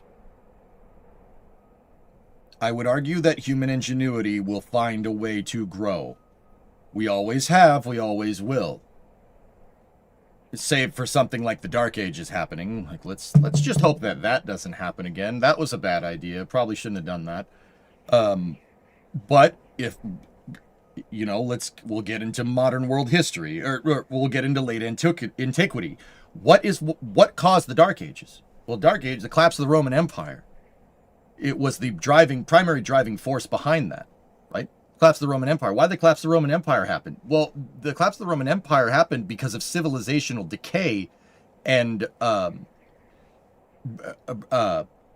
breakdown of cultural adhesion, and complacency. We're good. We don't need to do anymore. We're fine. Everything's fine. No, it's not. And it was from there. It was a frog in a boiling pot of water. You don't notice that you're screwed until you're screwed. I would argue that the Industrial Revolution and its consequences were a mistake. Okay, Ted. I mean, Bree.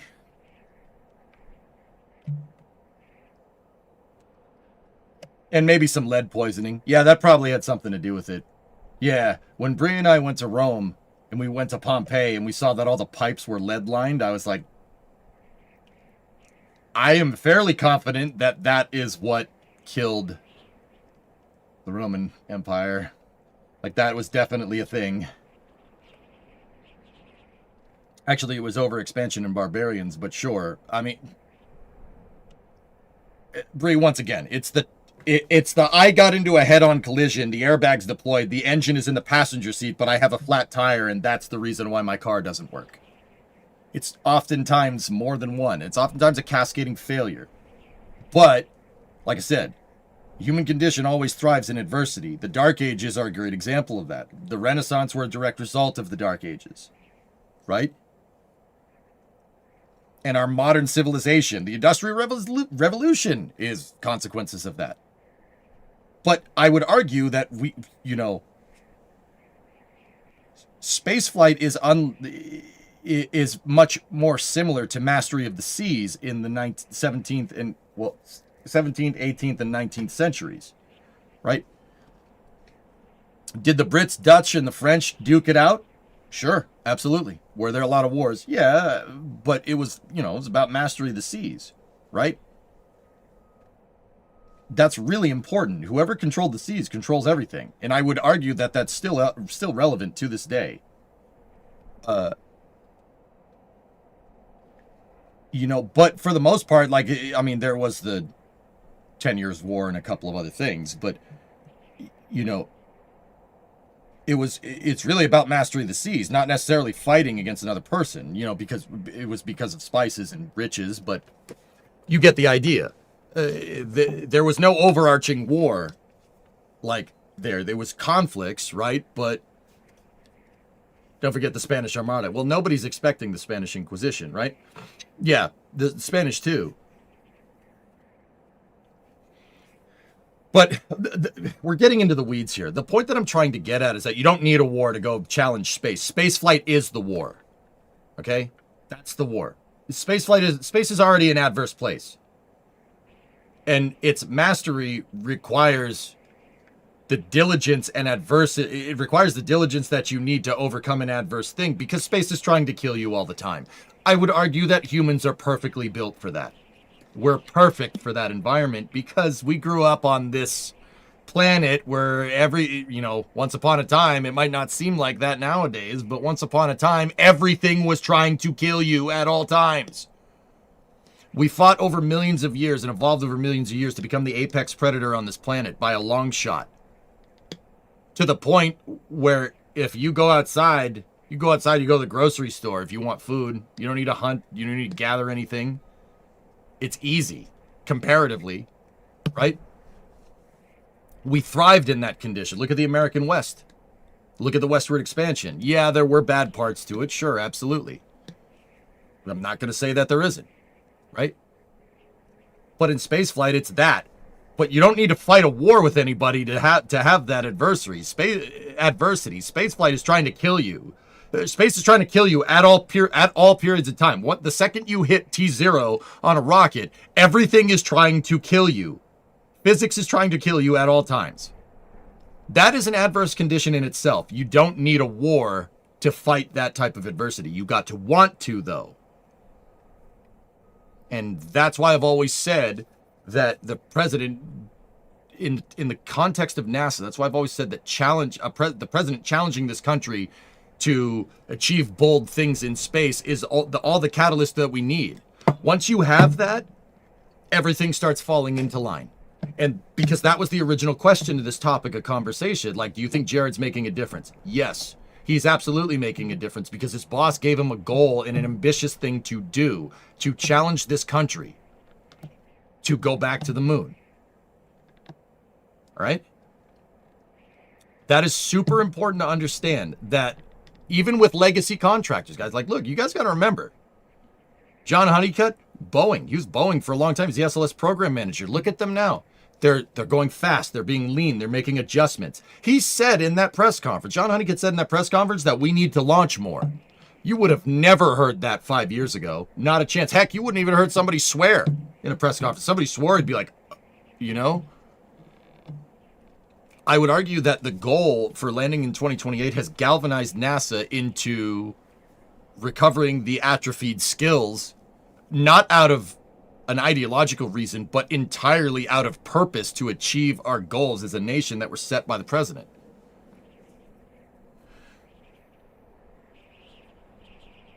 In the grim dark of the future, there is only war.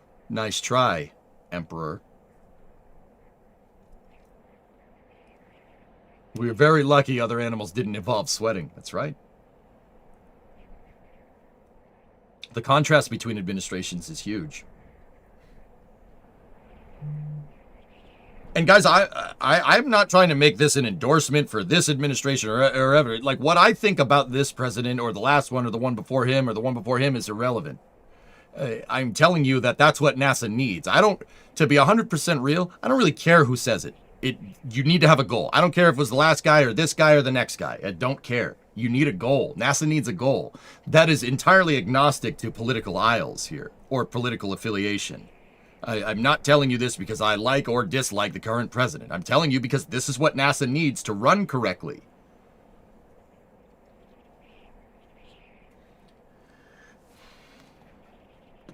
Fun thing about lead in Rome, they knew lead caused madness even then, but it was still common for rich and powerful people to deliberately sweeten their wine with lead powder.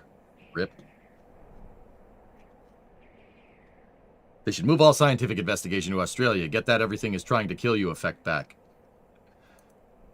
I would argue that Tessa, and I'm hard-pressed to say anything about the British, but I would argue that the British making that a penal colony forced a particular type of adversity on the prisoners that were down there and created an extremely robust societal cohesion that was enough to conquer the outback.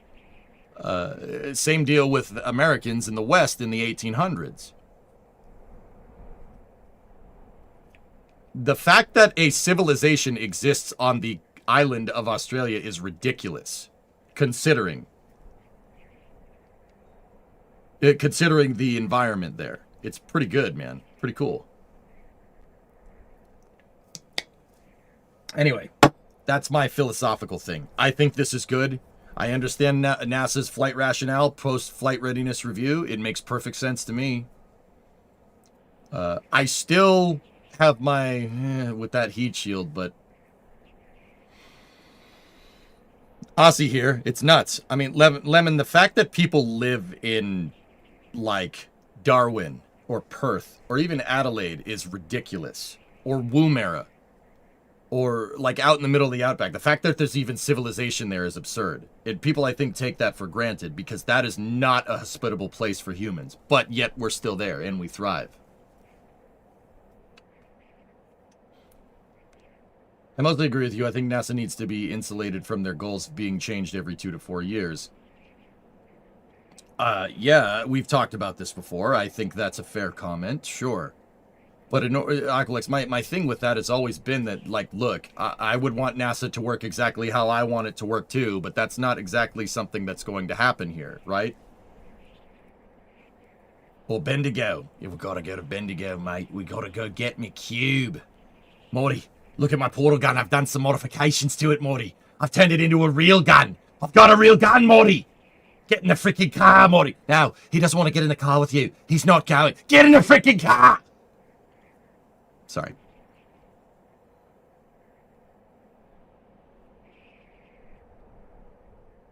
We thrive in that environment. We don't need a reason to go. The reason is because we do well with adversity. A moon base is a very challenging thing to do. We are perfect for that. Or Yorkshire. Yeah, right, Yorkshire. Yeah, mm-hmm.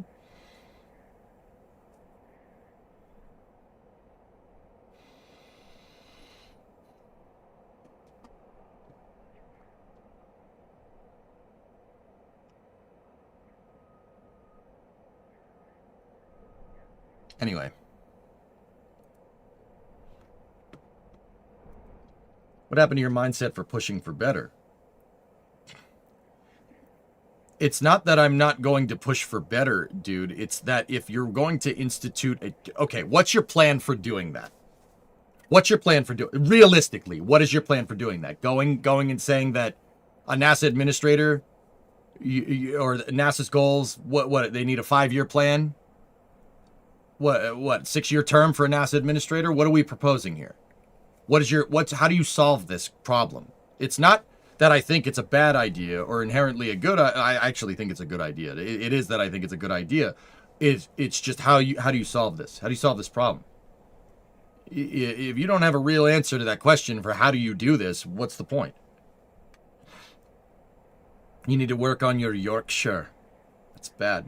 Your accents are weird. You all sound funny to me. NASA needs to be financially independent. From who?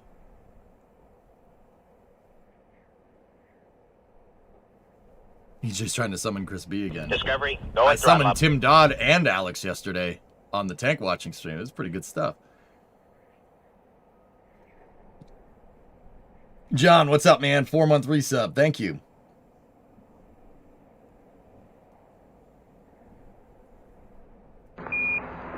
Goose! Tranquility Base here. The Eagle has landed. The police can't solve who stole the beer. It's still a cold case. Some people like warm beer, though. So if it was warm, maybe they solved it. I feel like more people are inspired to watch TikTok than fight any human condition. What do you think would be the catalyst after which regular people start focusing on space more? Marcon, if you 100%, if I'm going to be very candid, I think social media algorithms, X, TikTok, Instagram are a societal plague. Yep. It's a societal plague. What good has come from those?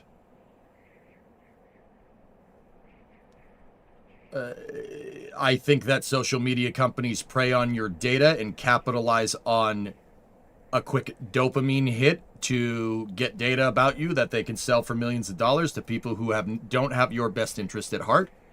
I think it is no different than a slot machine in a casino, preying on people that don't have a lot of money but have a gambling addiction. If you want my honest to God opinion. And I'm saying that as somebody that spends at least an hour a day on social media. I do that though because I need to, I do it because I need to understand spaceflight.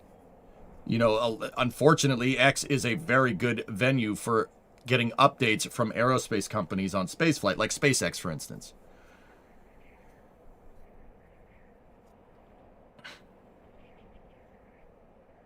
So true, that's why I check the EJ chat every few minutes when he's not streaming. I agree, but I still like getting a laugh at memes about my crappy truck. For sure, Sawyer. Absolutely. But you got to remember what you're sacrificing there. You're getting a quick laugh about your truck, and you're giving data about your truck preference to a company that's training an AI to learn about you. I don't like that, dude. I don't like that. And if you really want my honest opinion, I think that's, Marcon, this goes back to your question. I think that is going to be the reason why people desert social media in large in the future. If you really want my honest opinion. Because people are going to wake up, dude. Dude, I get in my car and I put my phone down and the phone automatically syncs to the car. And also it predicts my location. It predicts where I want to go. I don't like that. People will eventually get sick of it.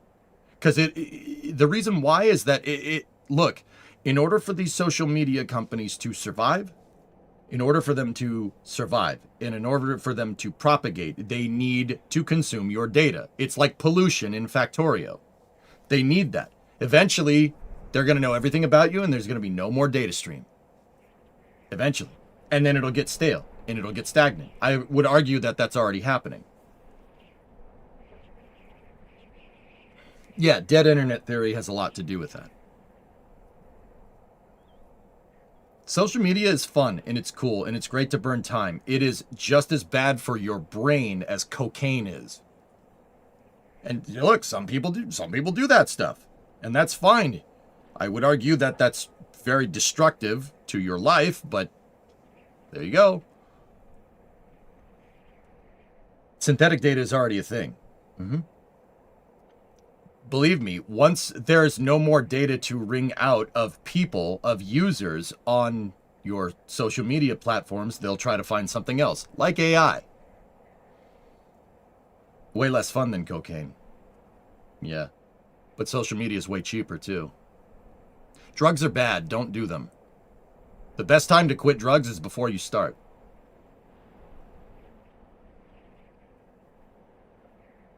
AI has made the truth incredibly opaque. And I think I think people will figure it out, Spoiled, eventually. I mean, eventually.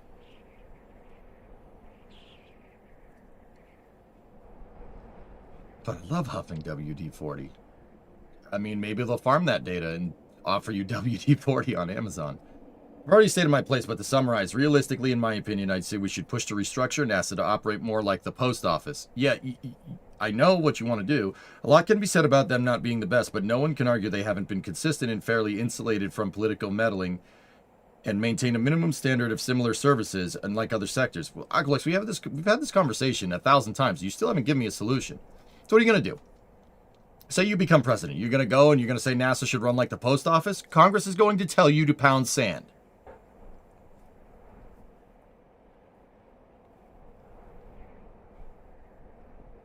Unfortunately, I believe you are wrong. Normal people will exist, just being funneled from one place to another by their digital overlords. It's much simpler to live like that.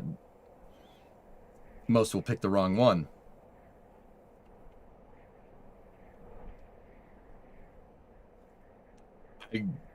Fralin, I do not believe in thinking inherently pessimistic. I think thinking pessimistic is what got us into this situation in the first place. You know? It's the same kind of, taking it back to spaceflight, it's the same kind of mentality that we saw at the end of the Apollo program. We don't need to do Apollo. We've already gone there. The heck with human ingenuity and pushing the boundaries of what humanity is, pushing the boundaries of the human condition. We don't need to do that anymore. Let's help people here. Let's fight more wars. Where did that get us? I don't like that mentality. That mentality is poison.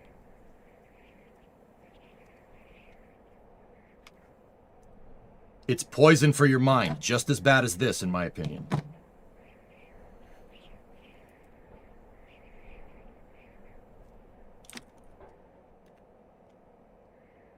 The details can be summarized as lobbying for a good cause, a lot like Louis Rossman in the area of right to repair.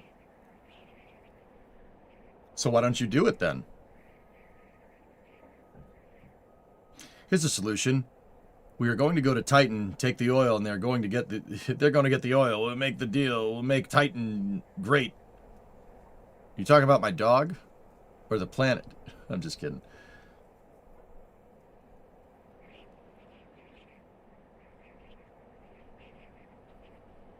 Some more NASA news while we're here. What's up, Bill? The Senate Commerce Committee approved Matt Anderson's nomination to be Deputy NASA Administrator today, 23-5. Although no votes came from the left side of the aisle, the last step is one vote by Senate. I don't know too much about Matt Anderson, so I wouldn't be able to tell you if that's a good or a bad thing. Titan is my favorite planet. Yeah?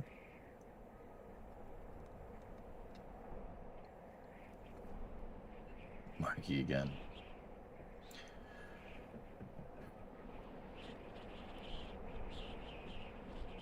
To spoil, I don't think I need to waste anybody's time. I don't think it's any secret that I don't particularly prefer that guy. I think he's an idiot. Discovery, go at throttle up. I don't need to rehash that. Like the dad in Back to the Future. He's an idiot. Comes from upbringing. Parents are probably idiots too. Just says that, refuses to elaborate, goes back to watching television.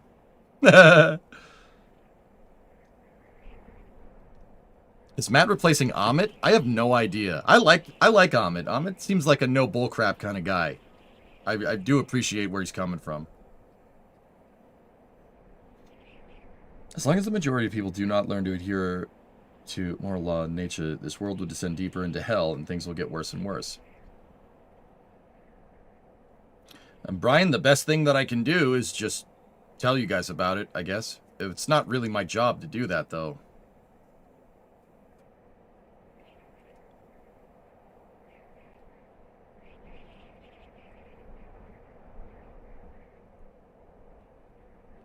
But anyway, good Artemis update, guys. We're getting a little bit into the weeds here. But, yeah.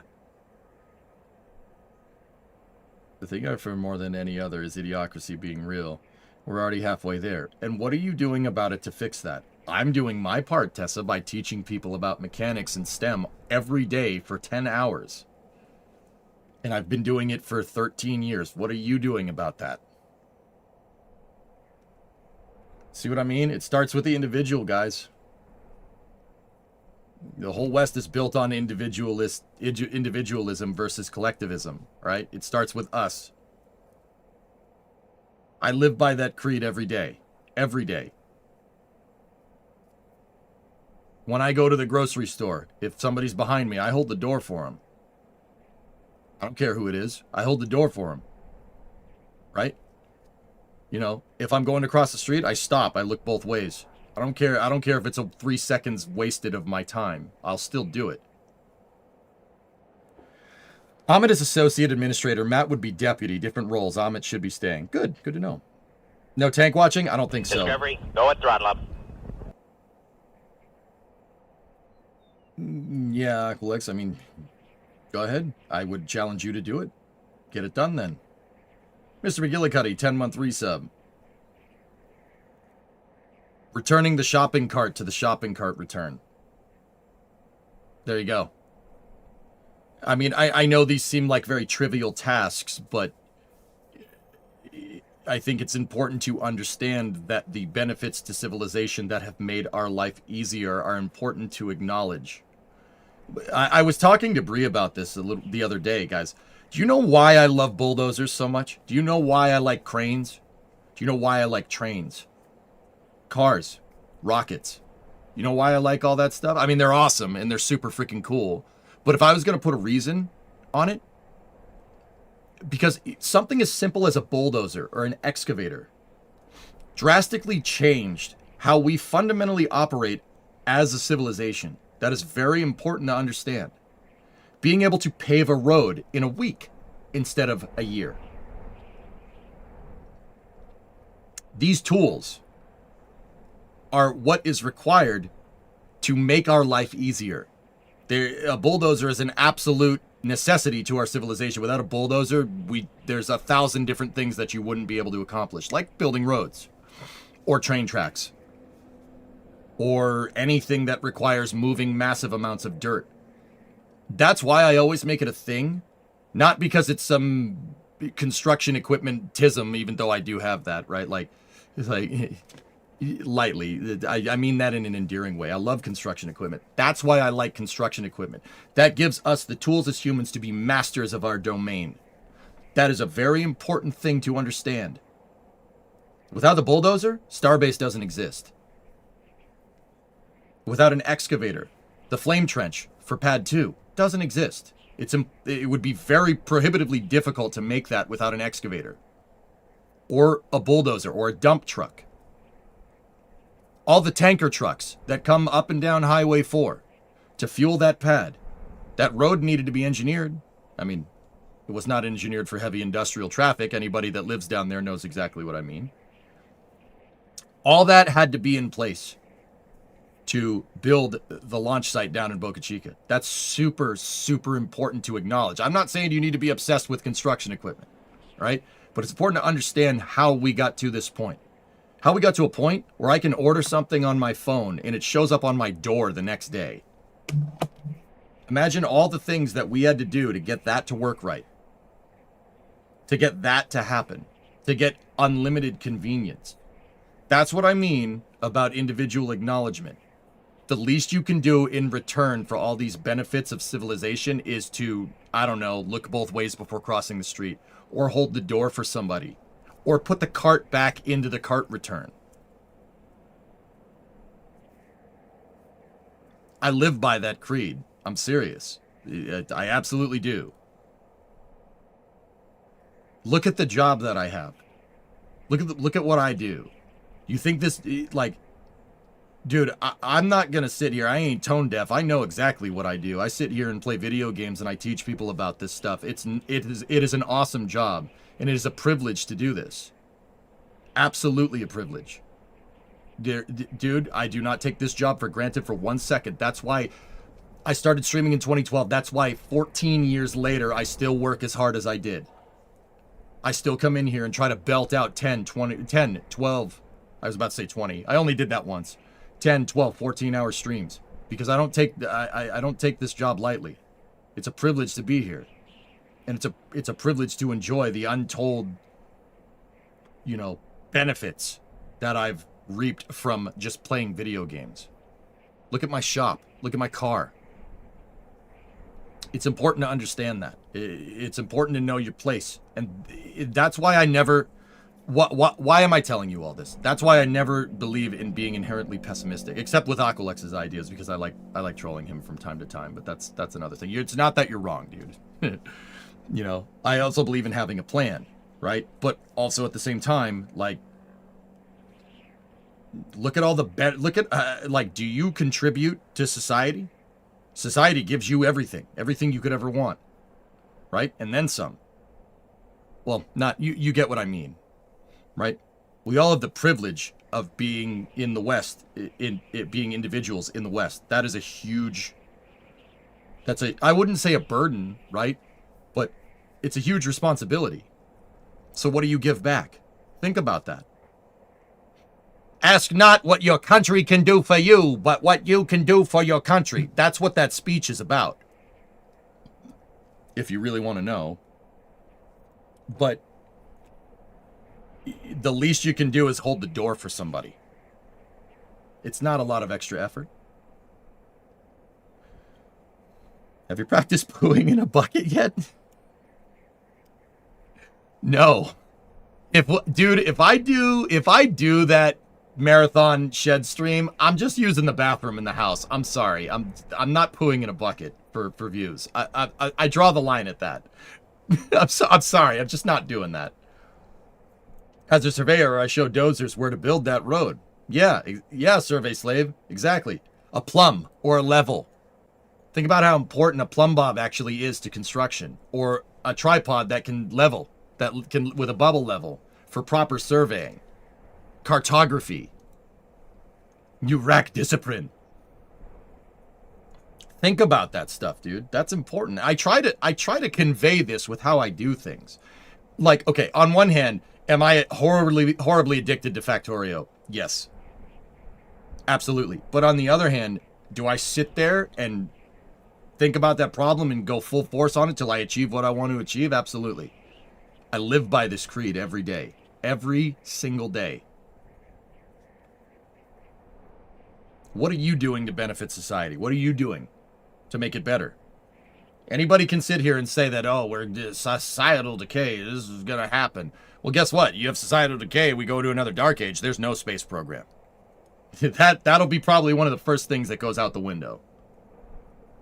I see them working on Super Heavy. They got a man lift up there. Don't forget to teach reasoning, too. That skill seems to be lacking a lot of these days. Well, Fox, with my problem solving with Kerbal and problem solving with Factorio and my theories about spaceflight and stuff, you know, I ask you guys these questions to promote reasoning without telling you I'm teaching you critical thinking. I don't need to proclaim that I'm teaching critical thinking to you and then talk about critical thinking. I would argue that that has the opposite effect. Tomorrow's closure just got revoked. Okay. Dan, you use plumb bobs in aviation. Yep.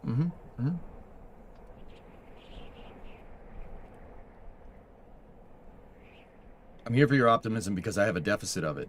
Jermaine, it is very easy to throw in the towel when the going gets tough. Okay? This is arguably a very challenging time for spaceflight. It's very easy to say that SLS is not going to work. It's very easy to say that's a dumb idea. It's very easy. It's a very easy thing to say that it's too expensive. It's very easy to do that. I don't do that. I've never done that. That is poison. That is a poisonous way of thinking. And I say that as somebody that likes to be contrarian about things. I like to be contrarian because I like if you're going to form an opinion on something, it's good to form a good data set on subject criteria, good and bad. That's critical thinking in a nutshell. I do that every day. I do that every Friday when we're on Flame Trench. I try to teach you guys something about critical thinking by exploring both sides.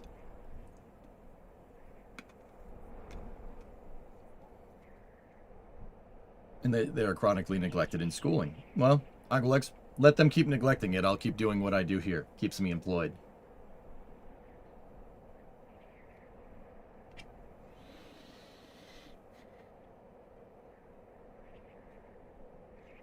So if today and tomorrow road closures are revoked, oh God, please don't tell me. Dude, if they close the road on Saturday, I am not going to be, I'm not going to be happy, dude. I tried to get into the Twitch game, but it's so difficult to find that niche. Yep.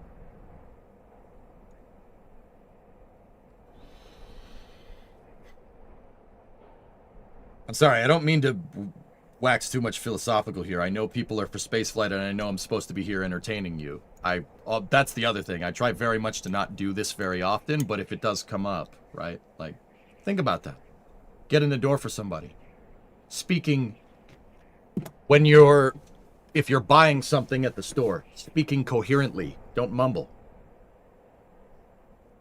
Stand up straight. I'm not saying you have to do it all the time. Dude, I sit here and slouch all day, and it ruins my back, but think about that.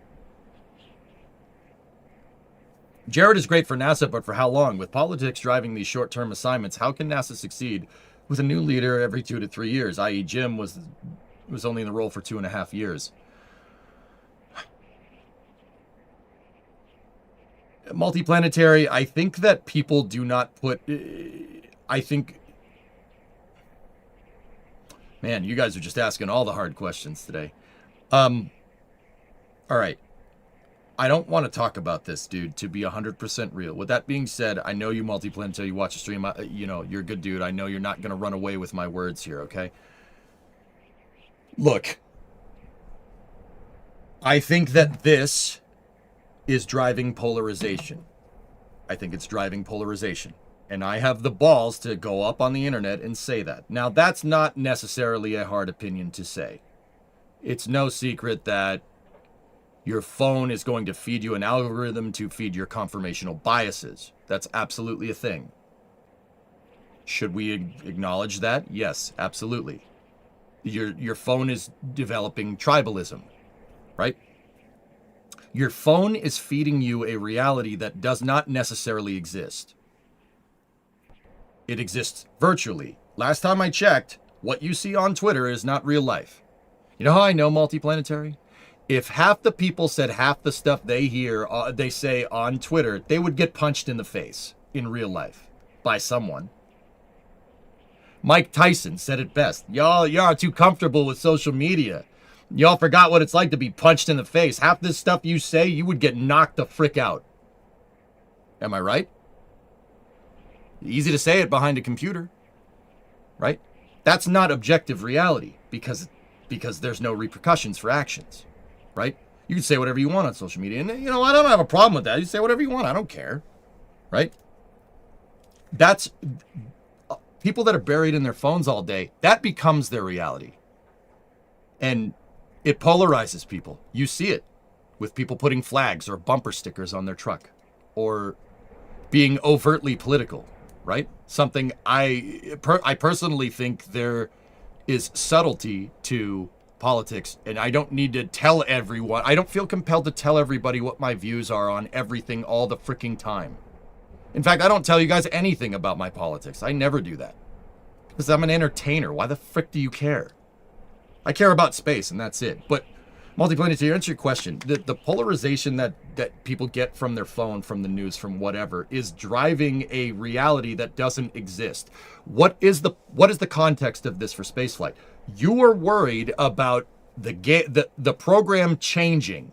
You're worried about the program changing between presidential administrations because of seeming polarization of politics, right? Dude, look at reality. The SLS program has been around since 2010. It's spanned 3 presidential administrations. It's one of NASA's longest running programs. It spans political aisle. It expands the political aisle. You know, the 3 presidential administrations that it spanned, it's not like those 3 presidents saw eye to eye on everything, right? Look at reality. I don't think that it's going to change. I really don't. If we put a moon base up there, look at the ISS. The ISS has spanned 1, 2, 3, 4, 5, 6 presidential terms. Well, presidential administrations, 6 different presidents, right? It's still there. If we build a moon base now, well, we certainly ain't going to abandon it, just like we haven't abandoned the ISS. Right? This is what I mean about being optimistic. If you look, if your phone will tell you that at the end of this presidential term, they're screwed. Jared's screwed. NASA's screwed. Everything's screwed. But if you look at objective reality, what has actually happened in real life is that that's not necessarily the case. Bill Nelson continued exactly what Jim Bridenstine started. Jim Bridenstine continued exactly what Charlie Bolden started. He passed the torch. That's reality. You guys might not like that, and certainly the Artemis program isn't without its criticisms by any means, but it's the truth. That's what has happened. This is why when I come up with opinions about things, like I said, data sets. When I come up with opinions about things, I consider history, because history is reality. Whatever this is not reality. Right?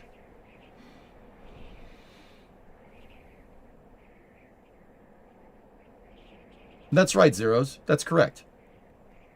See, and that's where I, from just being professional, right?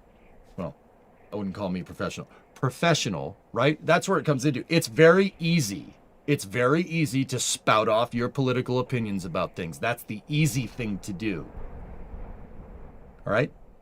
That's the easy thing to do. Well, guess what, dudes? Talk is cheap. And what do people do on this? They talk. All they do is talk. Believe me, I know. I get paid to talk. All you do is talk. Talk is cheap.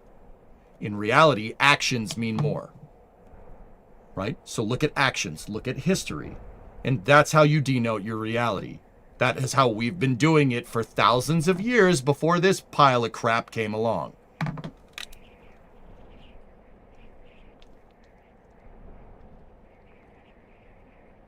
The stakes haven't changed just because we have a phone.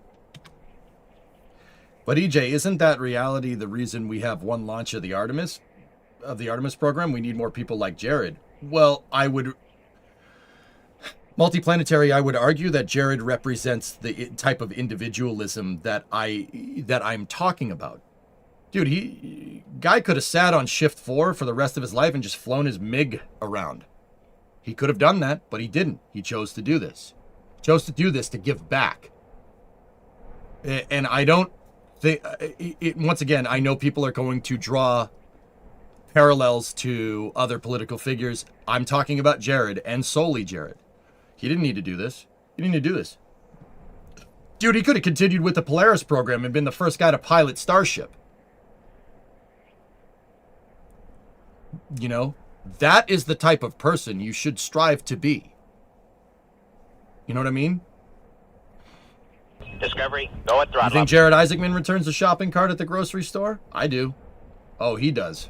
He absolutely does. Think about it.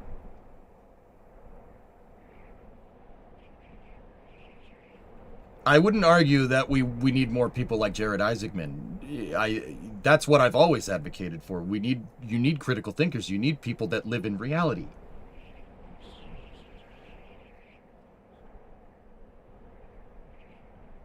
That's right, Tessa. Not sure how to put this into words, but social media isn't reality. This is reality. Pillars of creation. Yeah, baby. No, he pays other people to shop for him? Do you know that for sure?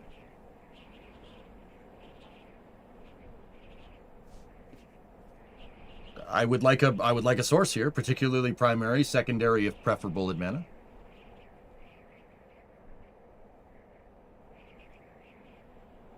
You think Jared Isaacman shops? Guys, you're missing the point.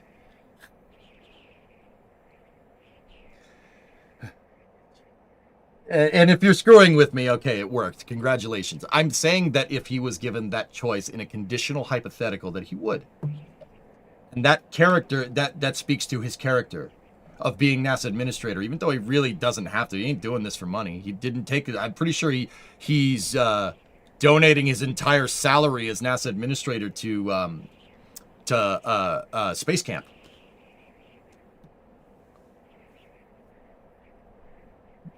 In that hypothetical, character speaks volumes, and he would be the one to do that. It's not about whether he shops for groceries or not.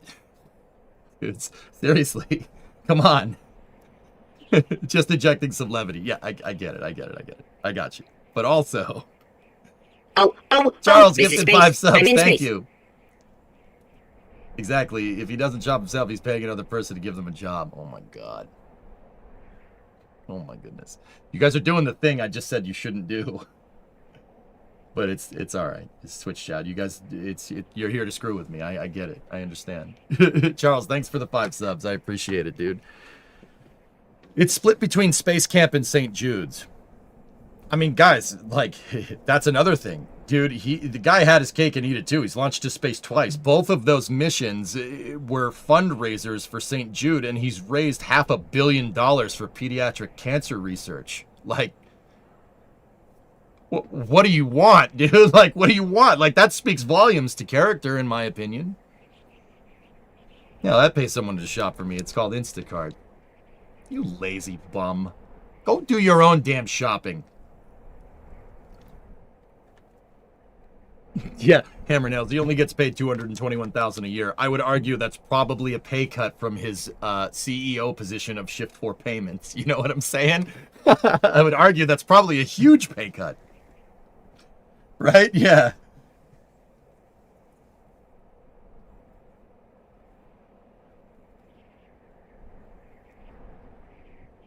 Chris, you just got a shopping delivery? Yeah, Dark Silver, he donates his salary to, I know it's to Space Camp. But Rares, you said it might be St. Jude as well, which fine, whatever. Either one. Or both. Dude's worth $2 billion. His time is too valuable for him to shop for himself. And man, once again, dude, I'm not trying to say he goes and shops for himself. I'm saying that if given, say he wasn't a billionaire, all right? Say he wasn't that. Would he return the shopping cart in a conditional hypothetical? It's not about whether he goes grocery shopping, homie. It's about content of character, right? That's the point I'm trying to make. I'm sorry if it's not, I'm not getting through. I'm not explaining it well enough.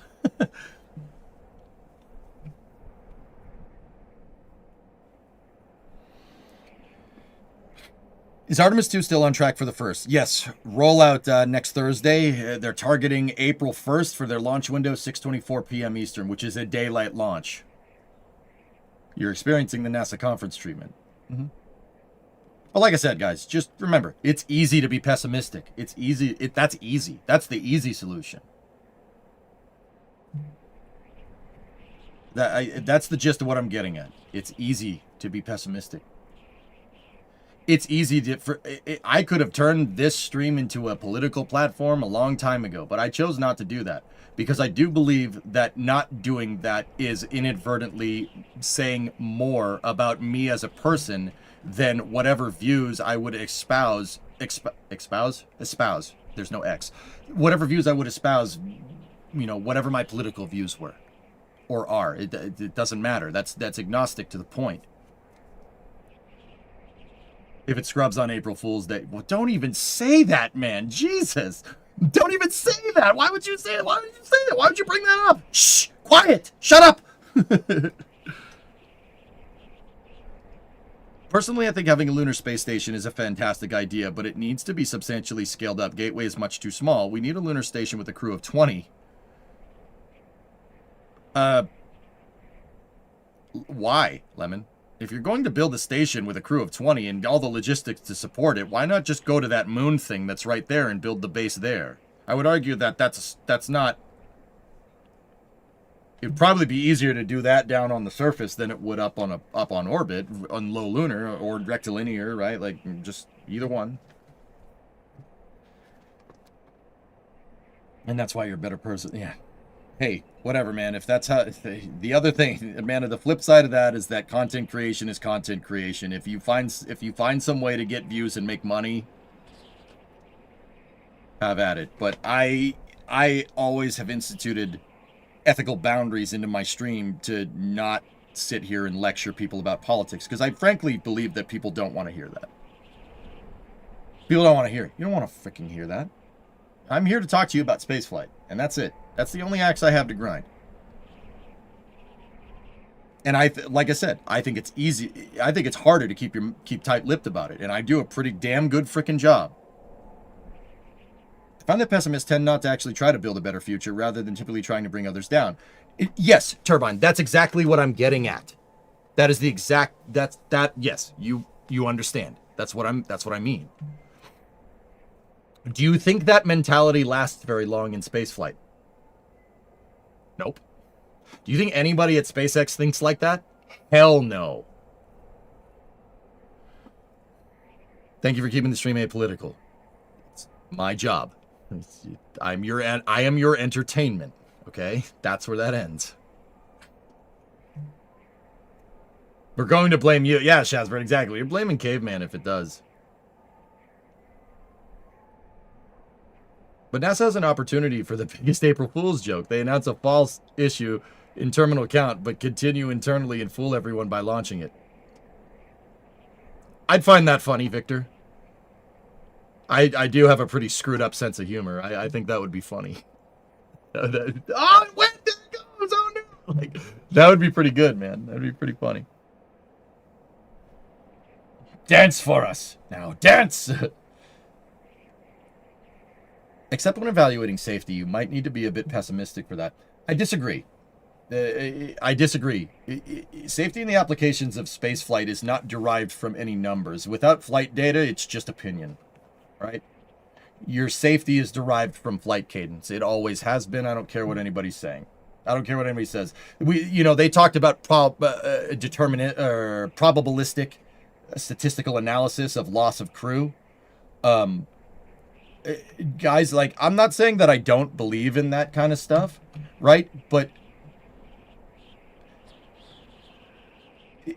if your engineering is sound, right? If your engineering is sound, this shouldn't even be an issue, right? Why are we talking about the potential of losing a crew? Now, I personally think that's a really dumb idea to drive flight rationale, okay? Oh, we might lose a crew here, so we shouldn't fly. But I also do believe that that is a good thing to calculate and take into account when you're doing your systems engineering and analysis, right? Look, if you, let's just say, I'll keep this stat very, very simple for the sake of understanding. Let's say that SLS needs 15 kilometers a second delta V to achieve its mission, right? Say it does.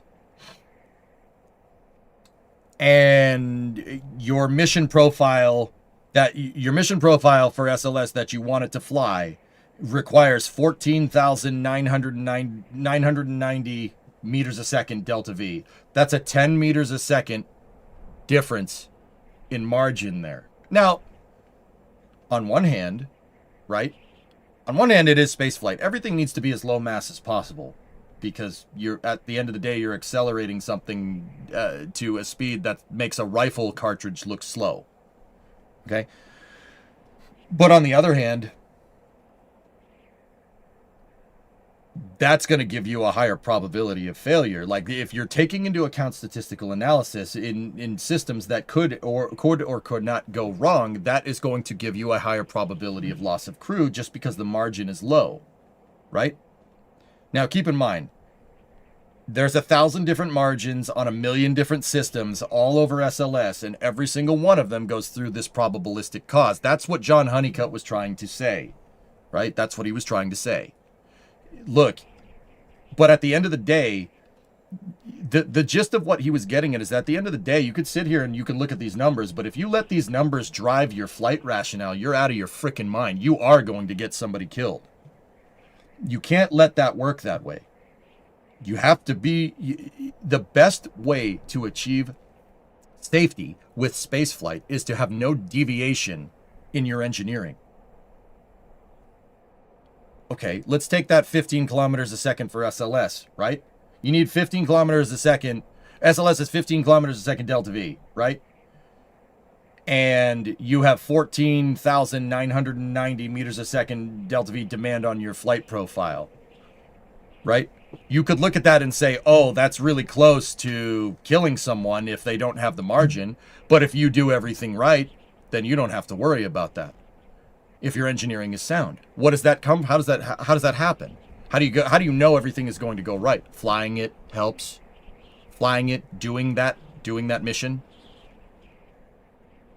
that minimizes crew safety. So maybe doing it without crew, right? Doing it a couple of times without crew, right? Making sure your heat shield isn't led to an analysis that's been extrapolated from a failed heat shield re-entry mission. Artemis 1, right? That is the type of stuff where this probabilistic cause sounds really bad. And that's the only way you can actually prove if something is as safe as as it is by flying. That's it. That's the only way. Everything else is just an estimation based off of analysis, which are based off of numbers that you think are going to happen. Can I ask a quick car question? Go ahead.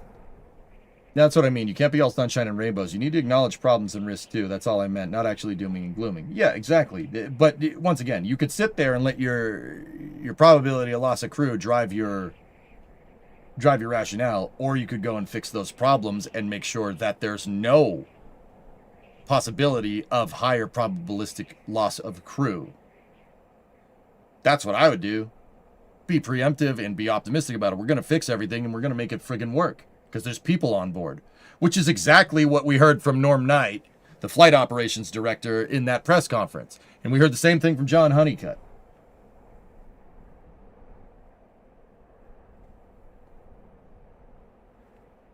The crew cab charger is high priority now. Goal to be back on the road by August. I actually said June. The beginning of June is when I want that car back rolling under its own power. Yeah. It's March. I got some time, but saying I got some time is the exact same thing I'm getting at. It's better to, why don't we just go do it, right? But spaceflight comes first.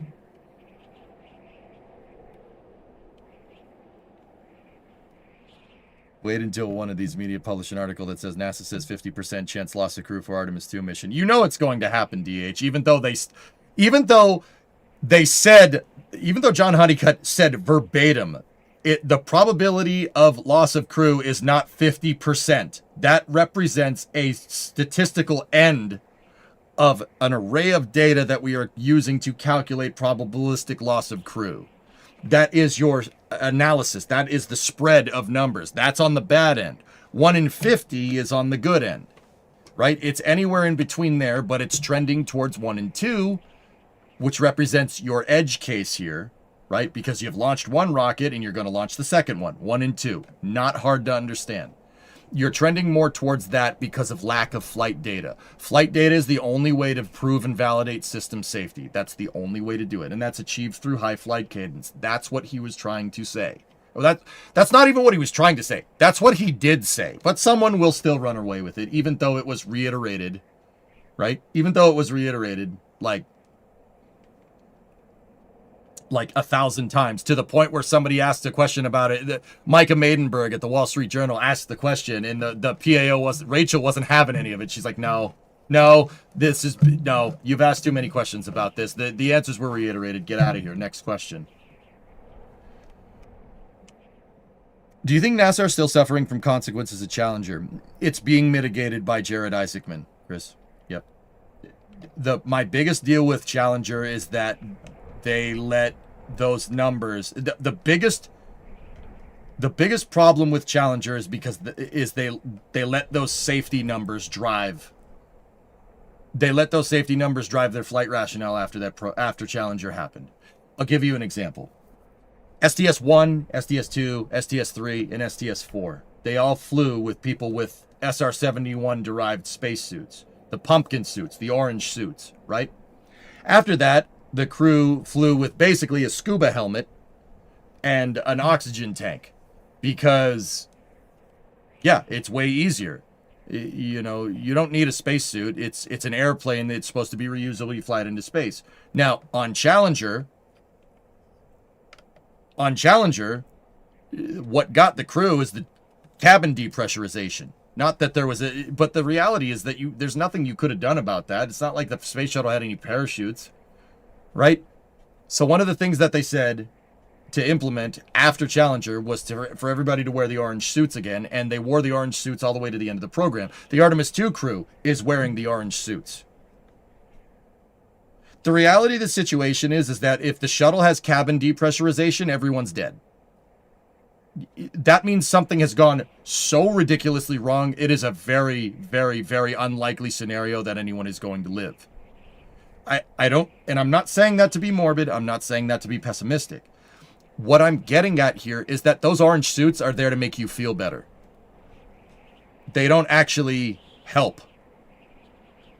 Like, they might help, right? Maybe it's possible, but They're only there. They're there because, oh, well, that's safer doing that. No, it's not. No, it's not. It's not safe at all.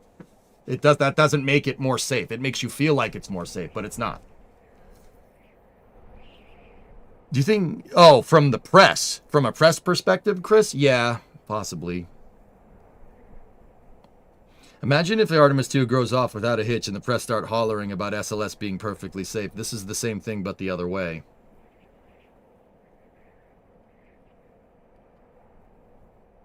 I mean, they probably would. Oculus, yeah.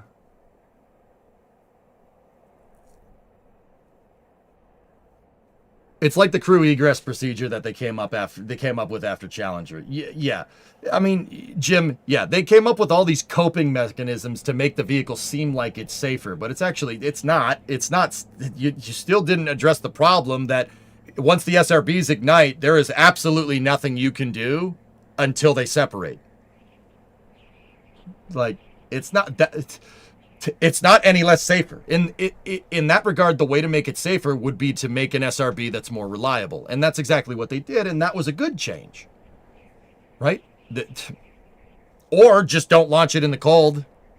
You know, you probably didn't need to change the SRBs at all if it just didn't launch when it was cold. Some airplanes can't launch when it's cold. Some airplanes can't launch when it's too windy. I'm just putting it out there. Airplanes don't do well when it's snowing, particularly in ascent phases. Like, that's why de-ice exists. Ignoring wind shear wasn't a great idea either. Yeah, exactly. Like, there was a bunch of coping mechanisms and that's what I call it. And once again, this is easy to say in retrospect, and I very much understand that, right? But the orange suits don't do anything. You could fly up on the shuttle in jeans and a t-shirt, and it wouldn't change your probabilistic survival rate in the event of an anomaly. It's not going to change anything. I don't fly when it's cold, but I'm a wuss.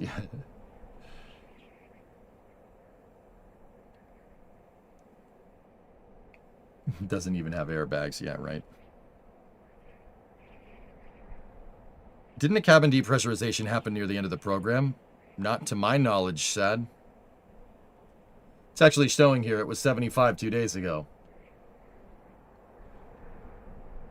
Yeah, we have the drizzles outside. I'd rather them spend the mass they sent on the suits on an emergency deployable balut or something. Nothing to make it not a car crash, but something to make it a 100-mile-an-hour car crash, not a 500-mile one. I mean, Aqualex, like, yeah, sure, if you wanted to implement that, that's fine. I would respectfully argue that if you're flying the space shuttle and you are expecting the crew tank to be ejected from the vehicle, you should not be flying the space shuttle. That is not an expectation for your vehicle. You don't want it to come apart, so maybe make sure that that doesn't happen. Right? Am I right? If we were going to go with some type of system, yeah, to make us feel better, yeah, probably that would be better than wearing a spacesuit, right? But also, they put the spacesuits back on. Why'd you put the spacesuits back on? Are you expecting the cabin to depressurize? Or do you not know? In which case, you ain't doing your job right. Like, I hate to reduce it to these base elements, but that's the truth. The expandy foam from Demolition Man.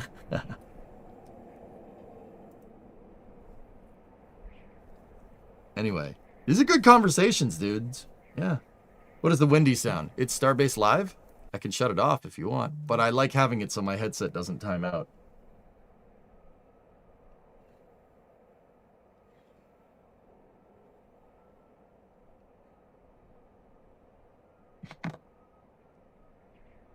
Wolfie, you figure a movie reference would get your attention. Yep. How did the 3 seashells work? He doesn't even know.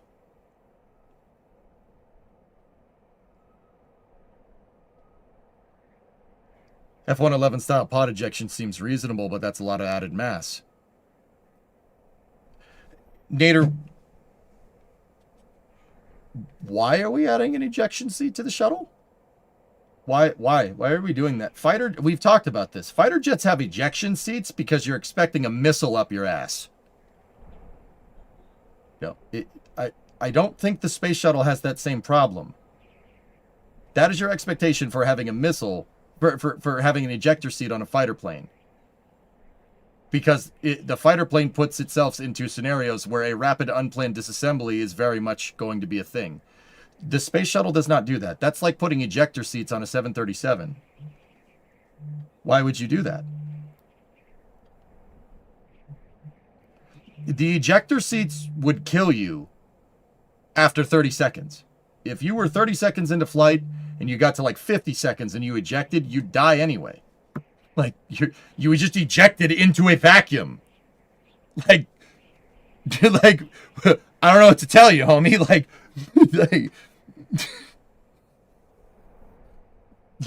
my phone was ringing, yes. I don't care, though.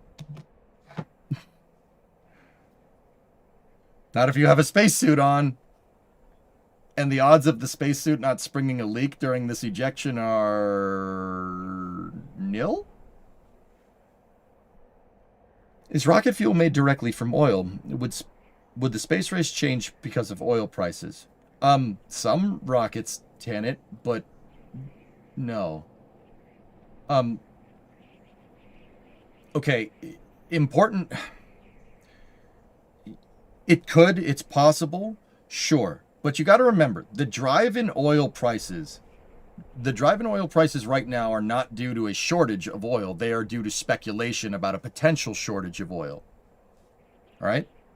Speculation drives the price.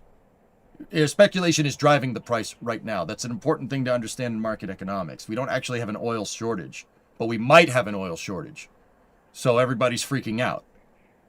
You know, it's funny to me because, when back when everybody decided to invest in GameStop to prevent it from being shortage, they put a cap on it because, we can't have runaway speculation like that, right? But when oil does it, everyone's just like, oh no, that's terrible. Like, oh, that's weird.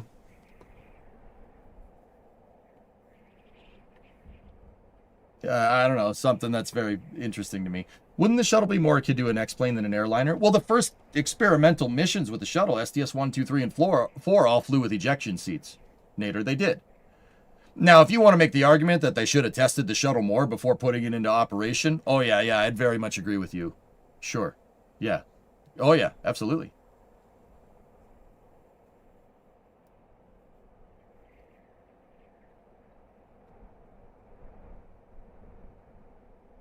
Not entirely true. The highest jump from 39 kilometers. Fox, it's not just about ambient conditions. Okay.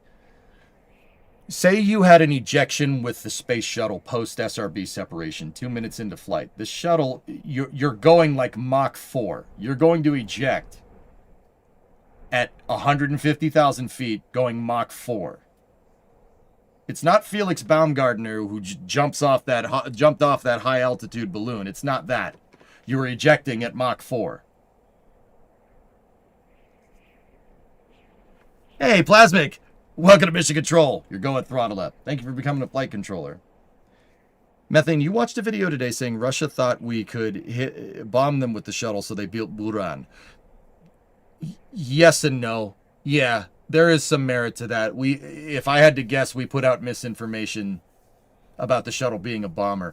I think the Russians were more scared about us stealing their satellites. If you look at Salyut 7 in 1985, dude, Salyut 7 broke. It broke. And they sent a crew up to it anyway to fix it because they were worried about us taking it. Now, if you go to NASA or you go to the Department of Defense and say, hey, were you trying to steal their modules? They're going to be like, no, why would we do that? But also, look, a DOS module can fit inside of the shuttle's payload bay. That's all I'm saying. Moonraker style. Look, if it was enough of a credible threat for the Soviet Union to risk 2 cosmonauts to go up there to fix a broken space station so we wouldn't get it. Just saying.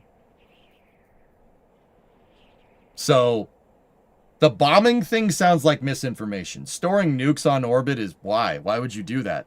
If you store a nuke on orbit, people know where it is. We could figure out where, like, dude, amateur astronomers can figure out where the U.S.'s spy satellites are just by looking at them through a telescope. You think they wouldn't do the same with nukes? That's stupid. Now everybody knows where your nukes are. That's dumb. Why would you do that? Rods from the gods? Yeah. The movie's not bad, actually. Hey, Drunar, $10 Canadian. I'm short on funds since I bought wife your own CPU so I can play Factorio more. Yeah. So with this super, I meant it. Thank you for being real about social media, tribalism, sensationalism, and everything. Got you, man. That's how I roll.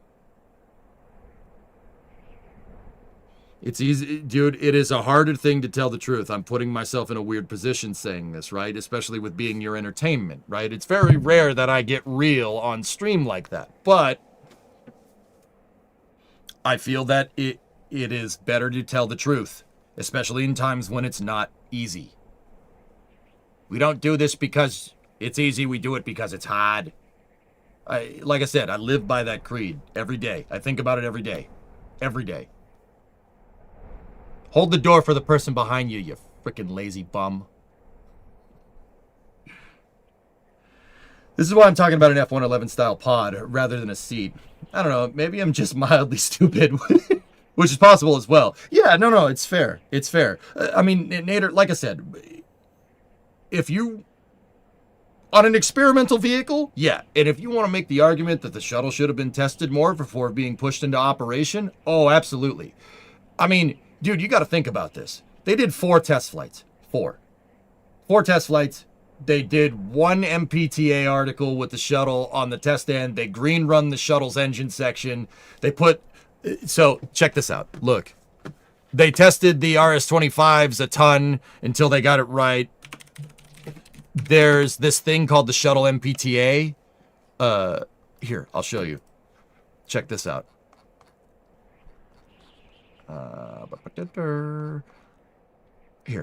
Here's a good picture of it. So this is the B2 test stand. It's the same stand that they did the green run for SLS on. They put an external tank up there, and then they took the back part of the space shuttle, right, and made it into a test stand to test the 3 RS-25s working together, right? Note how the entire thing is tilted. So the shuttle engines are pointed straight down, just on a side note, right? So they took the MPTA. They did that once. And then promptly never did it again. Now, dude, Nader, let me put it to you like this. The Pegasus engine in the Harrier. Do you think that Rolls-Royce would put that once on a test stand? Test it and say it's good, we don't have to do anything else with this. Do you think Hawker Siddeley would have done that? Back in the day with a Pegasus motor? No. Are you stupid? What are you doing? It's a plane. It flies all the time. Put that damn thing on that damn test stand and test it every day. Every day. Spoilers like Rolls-Royce? Oh, yeah, they would. Well, they didn't. Right? Right? Right? You have... this is what I mean. You have a shuttle that you want to achieve. Your stakeholder expectation was to have minimal refurbishment of the vehicle for 55 flights before the engines needed to be taken apart. You're going to test that once and be like, yep, we got all the data that we need. No. You're going to test it once. Once? That's it? I guess in my opinion, the shuttle never got out of the experimental prototype status. It never reached a flight cadence. And that, yeah, like I said, if you want to make that argument, that's absolutely fair. If you want to make that argument for ejection seats because it's an experimental vehicle, I would very much agree. Yeah, if that's where you're coming from, yeah, you're right. Like I said, you want to make the argument the shuttle wasn't tested good enough? I agree. Absolutely. That thing should have done hundreds of flights every day. You know, like, not hundreds of flights. Dude, this thing, the propulsion test article, approach and landing tests to train astronauts, like, why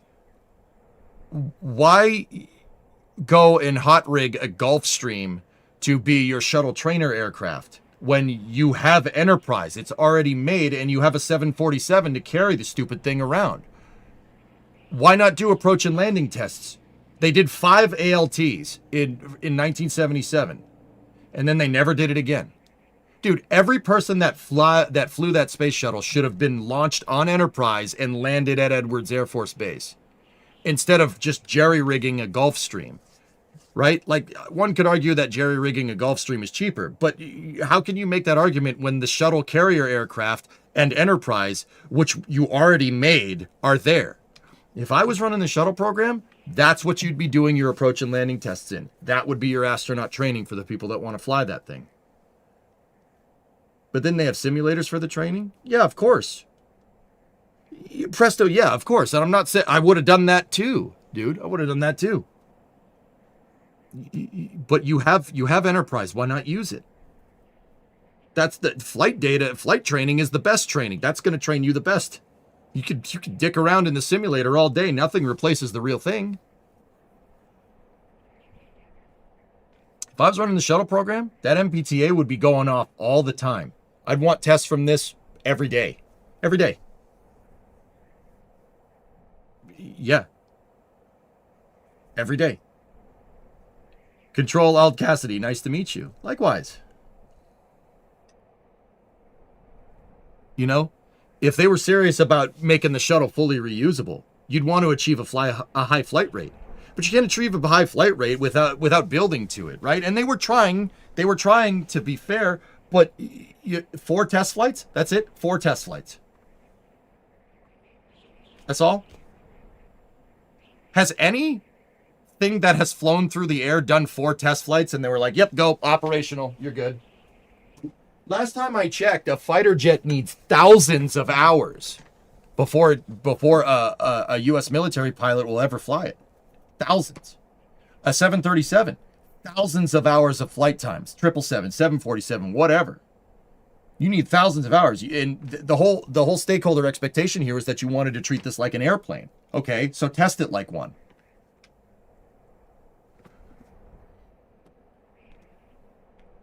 Can't use Enterprise because it didn't have ejection seats. Of course it did.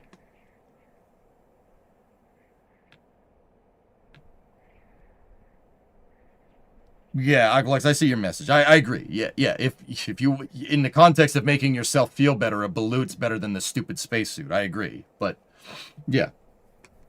Sorry, got a DM there.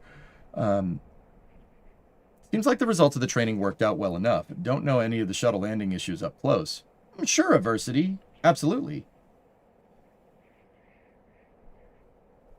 Yeah, I mean, you could make that argument. That's fair, right?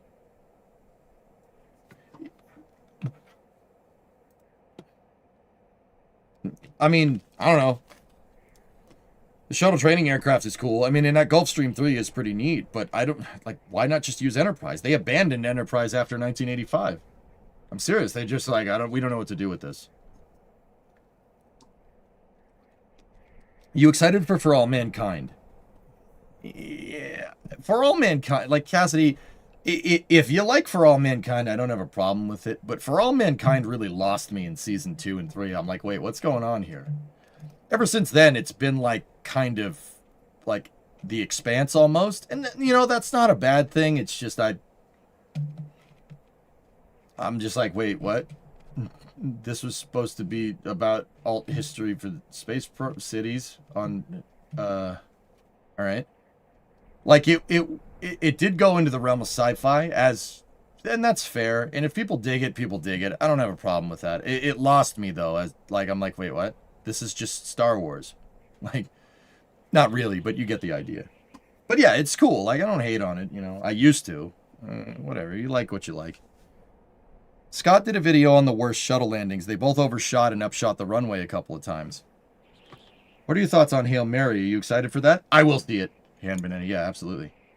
What about the argument that the technology to make a maglev launcher could have been better in the long run than rockets? I think whoever's making that argument doesn't understand physics. A maglev launcher? You don't understand physics. Unless that maglev launcher is as like 35,000 feet tall and is in a vacuum launching whatever you're launching, in which case you built a thing that the rocket's going to do anyway. You know what I mean? It's the same reason why, like, I'm not particularly a fan of, like, a rocket that gets launched from an airplane, because what's the point? Yeah, the airplane will get you up 30,000 feet, you know, and you can launch your rocket from there. That's fine. First of all, an airplane's launching the rocket in the wrong direction. It needs to go that way, not that way. That way part comes later, right? And also, if you just launched the rocket from the ground, it would have made it to 30,000 feet in probably like 20 seconds, 30 seconds at best. You're adding a lot of steps for something that you could solve by just making the rocket a little bigger from the start. You know what I mean? Hey, Luciano, what's going on? Tally, 20-month resub. Maybe they're just trying to be economical. Yes. Yeah, and that's the problem with spaceflight, dude. You're not... That's the problem with how some people look at spaceflight. You're not... You are fighting against physics. Physics doesn't give a frick if you save money. Like, physics does not care if you save money. That's great. That's great. Yeah, you save money, and guess what? You save money and it probably doesn't work. Like, it's like the Saturn V versus the space shuttle. The argument behind the space shuttle is that, oh, we're going to save money because it's reusable. Well, you did half of that. You saved money. Reusability remains to be seen, right? It remains to be seen. But you did save money. But you saved money by not going to the moon because it couldn't never get its flight rate up reliably to make going to the moon economical. Oops. You're half right, you know? Like, not you, but you get the idea. I always think that with development with rockets, dude, there's no getting around spending exorbitant amounts of money. You think Elon's saving money launching these things all the time? No. No. Saving money and driving the launch cost down comes from flying a lot. There's no getting around it because you can't beat physics. At the end of the day, to get something into low Earth orbit, you got to accelerate it 28,000 kilometers an hour, 17,500 miles an hour. That is, you're not beating that by penny pinching. You know what I mean? You're not beating that by penny pinching. That doesn't work. Physics is physics.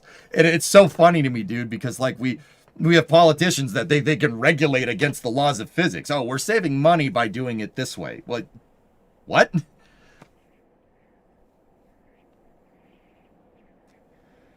That's like saying, oh, I got to climb this ladder to get on top of the roof because my objective is to get on top of the roof, but I save money by not buying a ladder. Yeah, good for you. You're still not up on the roof. All right. Just mount your payload on a giant manhole cover and set off a nuke in a hole underneath it. Not saying I wouldn't want to see that, Nader, but also at the same time, did we ever find a piece of that thing? I don't think ever a piece of that manhole cover was ever recovered. Like, either that or it's at Alpha Centauri by now. Probably not. That was a joke, but I mean, maybe. Will spin launch ever work? No.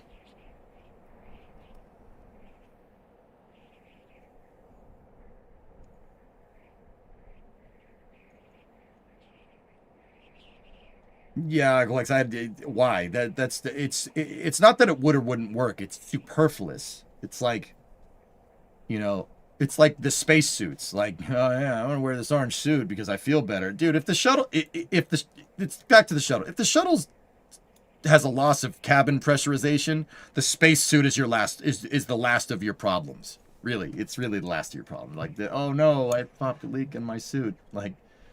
Never mind, the thing that I'm flying around in is disintegrating around me. Oh, I can't have a leak, you know. Yeah, it's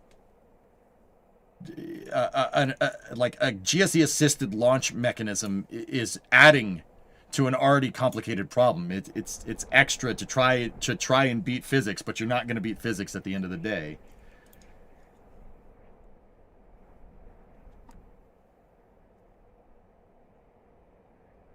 Project Orion in the 60s was an idea to launch a craft by a small nuclear explosion over and over again. They actually tested it on a small scale with chemical explosions.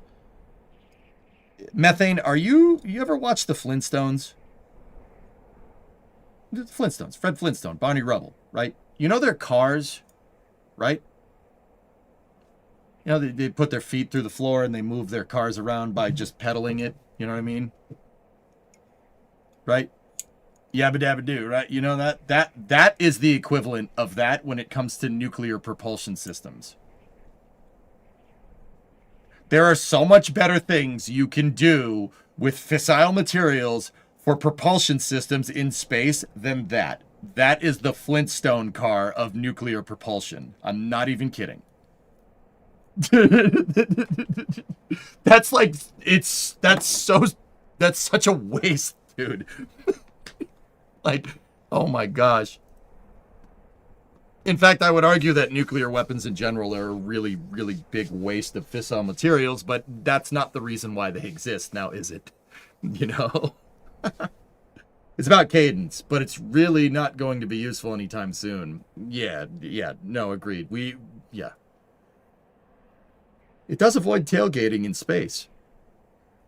I mean, you're also not using that anywhere near this planet. And, you know, all these renders I see people do of the Orion drive leaving Earth for a far-off planet, you understand that if you detonated a nuke anywhere near the magnetic fields, you get what happened in Project Starfish, and you basically GoldenEye the entire planet. Anyone? Anyone know their history? Yeah, how about we don't do that? How about that's a good idea. You know what I'm going to do? I'm going to take that idea and I'm going to put it up on the shelf with other good ideas over here and promptly never talk about it again. It would be cool to see, though. Okay, that's fair. That's a fair point. I'm invincible. Was it good for you too?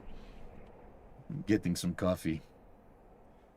Better luck next time. Slugheads. Click. Bang. Done. It's a good movie, man. I don't care. That's one of the better Bond flicks, all right? Am I right? All right. Best case is you fry all the satellites in Leo. Oh, yeah, that's great. Let's do that. No. I have a more effective launch vehicle idea than Project Orion if you're interested in hearing it. It's called the Big Slingshot. Cassidy, a first stage. What is a first stage but a gigantic slingshot? That's what that does. Did we ever figure out what went wrong with those tether experiments? No. I'd have to go read the paper or something. You guys watch Bond movies for the plot? She said it was a good Bond movie, man. The plot of GoldenEye is pretty cool.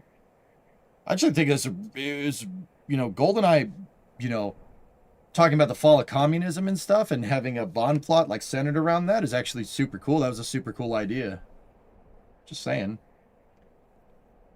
In Project Giannis, that's a super cool idea to think about. That James Bond it's not that far of a deviation in him to be inherently evil. That's the whole point between Alec and James in GoldenEye. That's cool. I think that's a really good concept. Everybody should confront their own evil inside of them. I think that's a super awesome plot.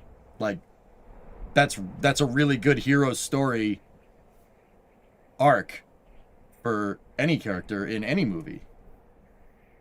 For England, James? No. For me. The fact that he got skewered by Arissimo right after that is pretty cool. That's the best part, dude. Vickless, I click pens ever since that movie. That's what I do. I like clicking pens. That's why I don't keep a pen on my desk anymore, because I sat here clicking it the whole time. Dude, I actually have the pen. Hold on. Give me 1 second. Let me see if I can find it. I think it's over here somewhere.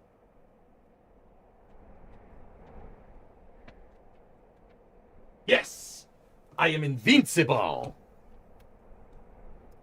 A pen. This is a class 4 grenade. 3 clicks arms the 4-second fuse. Another 3 disarms it. How long did you say that fuse was? Oh, grow up, 007. They all say the pen was mightier than the sword. Thanks to me, they were right. Don't touch that. My lunch.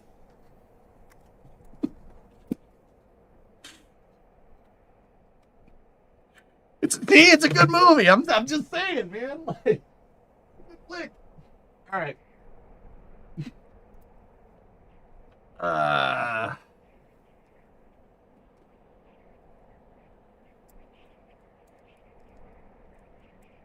Now let's ask Freddy here to demonstrate. Here we are. I'm sorry about this, Fred. 1, 2, 3. Don't say it. The writing's on the wall? No, the rest of them is. Can you read your last message? No. Yeah, what's up, man? If nuclear engines are developed, what would be the delta V? What would the delta V be? Or what it would be able to do compared to our spaceships right now? Well, Kirok, okay, first thing. Okay, learning caps back on. Not have they been developed. They've already been developed. It's already happened. We already did this in the 60s, first of all. Not to piss people off. Yeah, that's absolutely a thing. It's not like this is some crazy super classified program. What they were going to do with the Apollo program is replace the S-4B with a nuclear thermal propulsion system called NERVA. Now, you asked what's the potential benefit of this. So they made 3 prototypes for a nuclear thermal propulsion rocket. They were tested at Jackass Flats in California, if I'm remembering correctly. And the second operational version, they had like kind of a version 1. It worked okay. They made version 2. The second operational version produced 900 second specific impulse at sea level, i.e. without a vacuum optimized nozzle. 900 seconds specific impulse is double efficient compared to the best chemical propulsion we have, liquid hydrogen. The most efficient rocket engines around that fly right now are the RL-10s and Space Shuttle main engine. The RL-10s, the certain versions of the RL-10, the RL-10C, the RL-10B2 can achieve 462 second specific impulse, which is, if you guys don't understand what ISP is, or specific impulse, it's akin to miles per gallon for a rocket engine. The higher the number, the better. 450, 460 is about as good as you're going to get. Hydrogen can't be better than that, right? The nuclear thermal engine, which hydrogen, I would say hydrogen can't be better if you're combusting it. That's about as good as it's going to get. With that being said, the nuclear thermal engine takes liquid hydrogen and uses it to cool a nuclear reactor. The resulting heat is enough to create a jet that accelerates it at twice the speed out the bottom of the rocket nozzle than combusting hydrogen.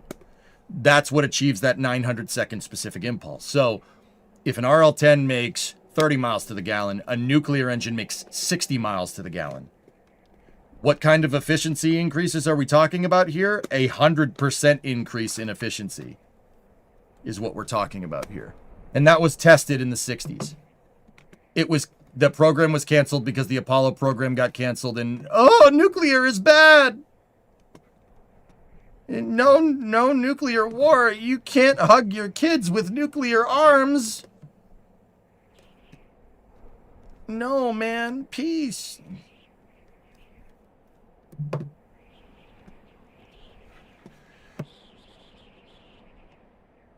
That's cool. It is cool. Yeah. Dude, they had a whole test stand. They built them. They fired them. Dude, they put, the coolest thing is the train that they used to move the rocket engine. I think that's super cool. Dude, they put this thing out on the test stand, flipped it on, and then walked away for a little while and came back. And it was still going. Because nuclear. Like, not only do you get 900 second specific impulse, but that increase in efficiency, right, makes it so the same amount of hydrogen that you'd used in a combustion mechanism, right, is now, it lasts twice as long for the most part. Like, dude, the NERVA engines could burn for days. As long as you had the hydrogen to do it, it could burn for as long as you want. It's never, what is it going to do? Run out of fuel? It's not going to run out of nuclear fuel. Your heating mechanism, your heating catalyst here is nuclear. You're never running out of that. That's not getting used. We're gonna catch up on space news. I have no idea, dude. Today's schedule got a little weird because of NASA's press conference. It wouldn't eventually overheat because of lack of hydrogen. That would be running out of fuel, yes, but so this type of nuclear reactor, okay, so inside of this part of the engine, there is a nuclear reactor. It is a reactor, but it's not a reactor, pilot engineer, that is similar to a longitudinal control rod that you'd find in like an RBMK reactor, or RBMKs are stupid. A BWR Mark III boiling water reactor, like basically what nuclear plants are nowadays. So little bit of a gist of nuclear physics here, or a little bit of a, dive into some nuclear physics here for the people that don't understand. Nuclear reactions are moderated by things that impede neutron flux, basically things that stop neutrons from shooting around. With nukes, they say they split the atom. What in the reality, what's going on there is you're separating a neutron from the proton and the electron. And the neutron shooting out hits another atom, and that causes that one to separate, and that one to separate, and that one to separate. That's what a nuclear reaction does. To moderate the rate of neutron flux, you have something called a moderator. It's usually water. Water is a good moderator. Lead can work too, I guess, right? So with a nuclear reactor, what they do is usually the nuclear fuel rod, so the actual nuclear material is stored inside of something that that maximizes your prevention of neutron flux. Okay, so graphite works. Graphite works good. Water works the best. Graphite, and preferably both, right?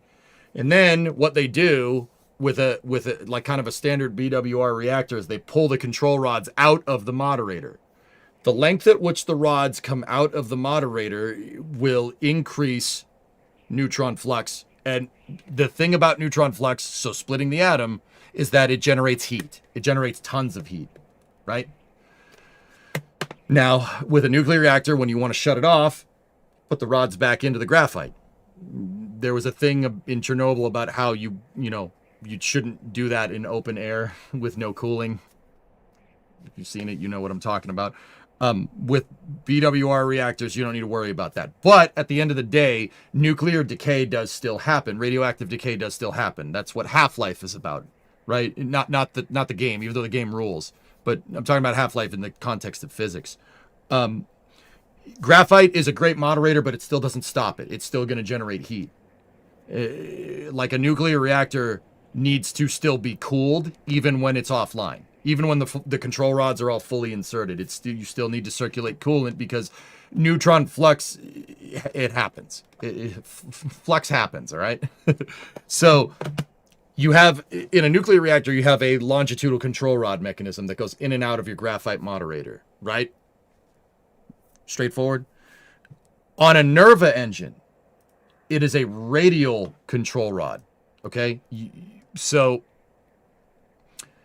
you have the control rods go around the circumference of this pressure vessel right here, okay?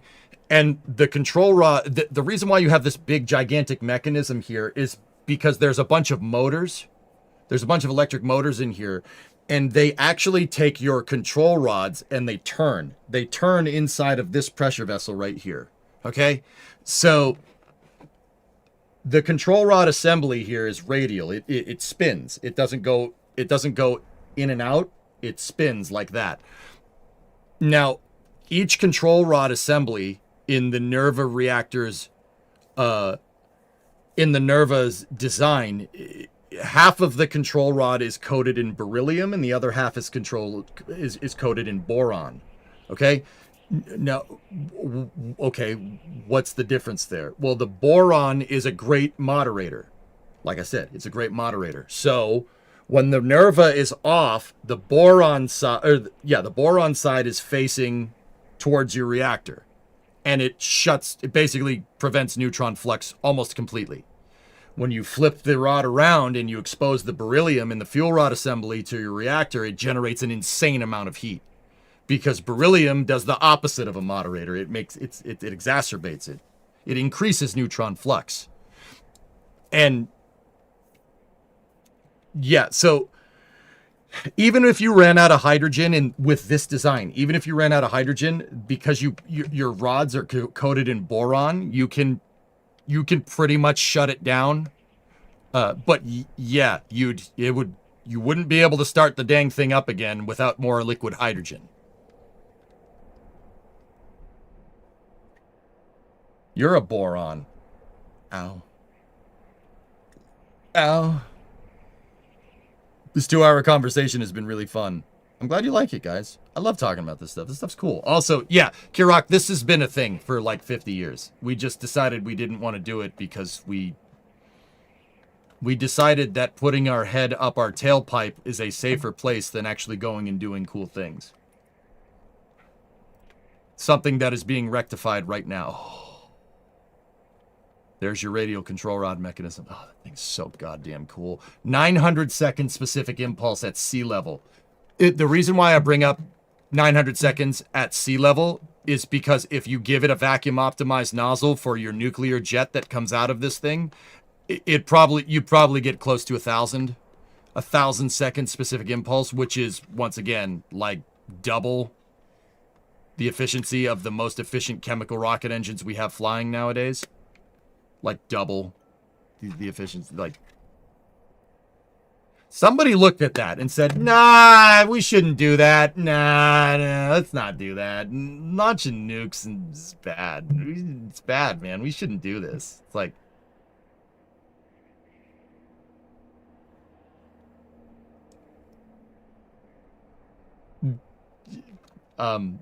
without being like candid, promptly piss off, like frick you.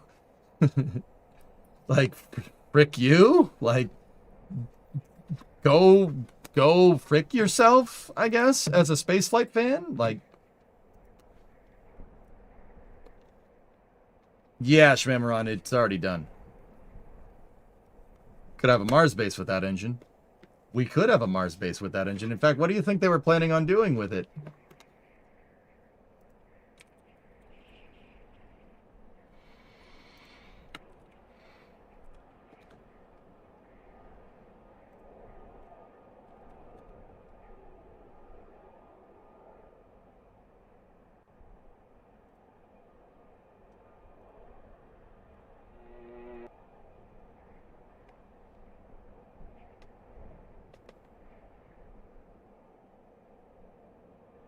Here, look at this.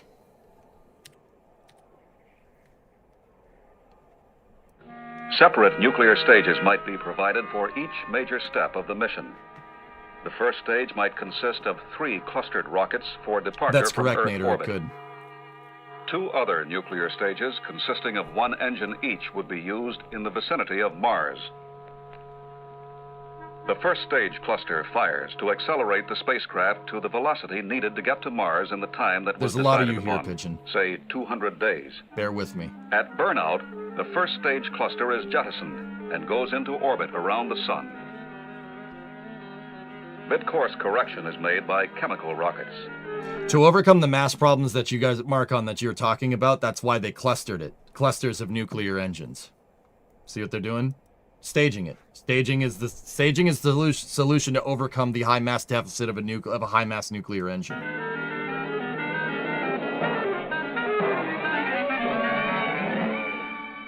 About 200 days later, the space vehicle approaches Mars.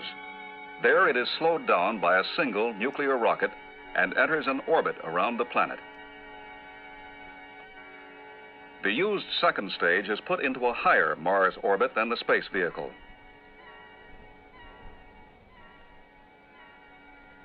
No, assembled. A chemically powered module departs for the planet's surface. For the first time, men from Earth will set foot on another planet.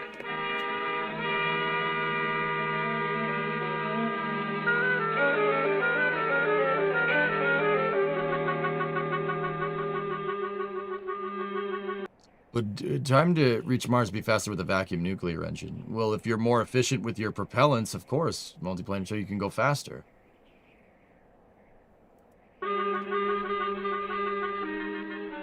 For the return trip, the module is lifted by chemical power back into a Mars orbit, where it docks with the main space vehicle. The men transfer to the main craft and jettison the module, leaving it in an orbit around Mars. A third nuclear rocket accelerates the vehicle for the return trip.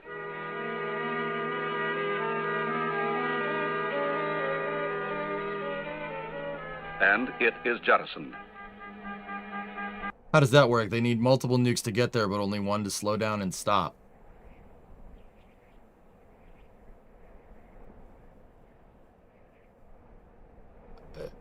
Stages do that. Goalie, how's that any different than needing a Saturn V to get...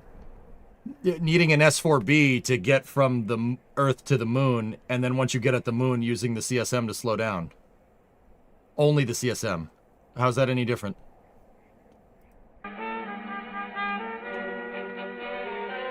Again, mid-course correction is made chemically. Just before reaching the vicinity of Earth, the crew transfers to a re-entry vehicle and jettisons the large spacecraft.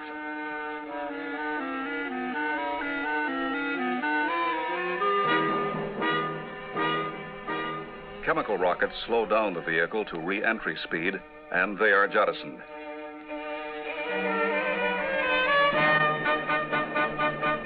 I want to point out that this is what the Apollo Command Service module in the Saturn V, like, getting it to the moon was good, but this is what it was built for. It's built for doing stuff like this. After deceleration through the atmosphere, the re-entry vehicle returns to the Earth's surface by parachute. A trip to Mars and back, for centuries a dream of earthbound men, is now much closer to reality.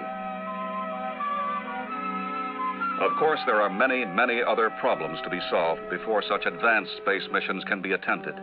Life support systems for extended space journeys, more accurate space navigation. This is what Orion was made to do as well. Yep. You wondered why Orion's so heavy shot to be 100% real. This is what it was made to do. Made to do this. Communication systems, power supplies, and so forth. Is that a cargo bob from GTA? I'm pretty sure it is.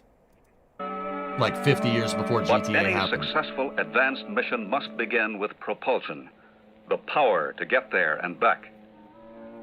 Lower overall weight, larger payloads, shorter travel time. These are the chief advantages of nuclear propulsion. The technology needed to build a nuclear rocket is well advanced. It will be available when this nation determines its next great objective in space.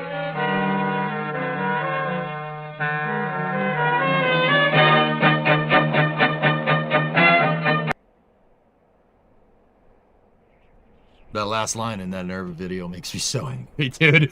Like, cortisol levels spiking. I'm like, freaking you son of... God dang it. Ah! Spikes the cortisol, man. Yeah, Ponzester, I know.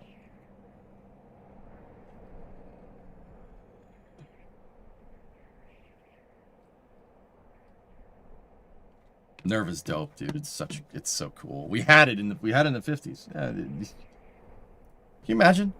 We have all this cool stuff. Nah, we're not doing that because we feel bad. Fuck you. Are you kidding me? You sacrificed our spaceflight future so you feel better? Get the frick out of here. Get the frick out of here. No, I cannot be getting out of here because it's a very expensive piece. You sell any of these? Sold one the other day for $150,000. Get the frick out of here! Get out of here! No, come on. Do you want the lemon twist? What do you do with the nuclear waste of a nuclear-powered rocket? Solar orbit? What is it going to do? Irradiate space? Dump it into solar orbit? Who cares? Would SpaceX be allowed to make a nuclear engine? So, Kirok, that's a very good question. I don't think... Do you think the government would let them do that? Do you think the government will let them do that and let them operate it? More importantly. Do you see why I want SLS to exist for a long time? Because the downside of a nuclear engine is that it's a lot of mass. A nuclear reactor is heavy.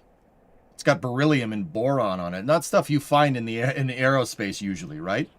Right? You're going to need a super heavy launch vehicle to send it. Could you do it with Starship? Maybe in the future. Yeah, sure. But there's always the question of whether SpaceX is capable of carrying a nuclear payload into space. And that question hasn't been answered. Because right now, the only people that can do it, the only commercial company that can do it is United Launch Alliance, because they've done it. Perseverance, Curiosity, those are nuclear powered. They have a radioisothermic electric generator. You notice pictures of Curiosity and Perseverance, they don't have any solar panels on it. There's no internal combustion engine in that thing. There's a nuke attached to the back.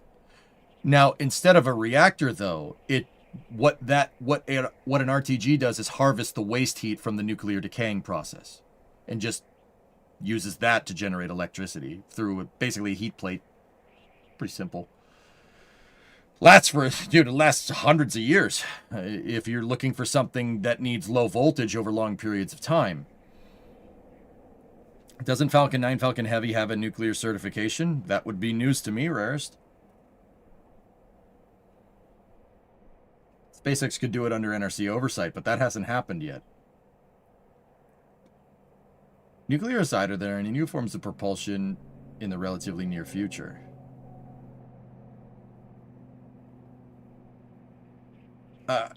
Solar electric power could get you somewhere, slowly.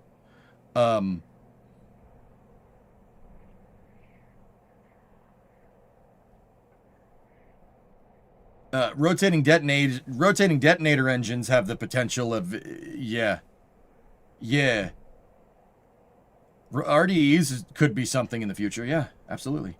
A fusion, yeah, but guys, if you have a fusion generator on your spaceship that generates insane amount of electricity. What do you do with that? What are you doing with that energy? How do you turn that energy into propulsion? A Vasimir drive, which basically is a magnetic fusion containment device. It's basically a nuclear or a fusion reactor with, an exhaust pipe. That could work. That's possible. Vasimir is not a bad idea. I think nuclear thermal and possibly nuclear electric would be good ideas in the near future. But Vasimir would be a good idea like later down the road. You asked if SpaceX could do it. The answer would be yes, but they haven't. And the nuclear certification is usually for payloads, Nader. It's for payloads, not for propulsion. In fact, part of the reason why the NERVA program got canceled is because of nuclear proliferation, which, think of the children. Think of the children. Yeah, well, I was the child of the people that came up with that. Like, not that my parents did it. What the hell? We're still using RL-10s. RL-10s first flew in 1962. What's going on, man? Yeah. Think of the children. Yeah, that's what you were doing.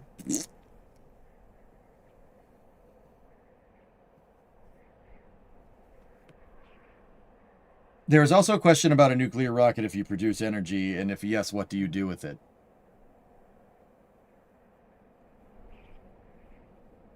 That was my question to you, like a moment ago. Should have kept launching Saturn V. Correct.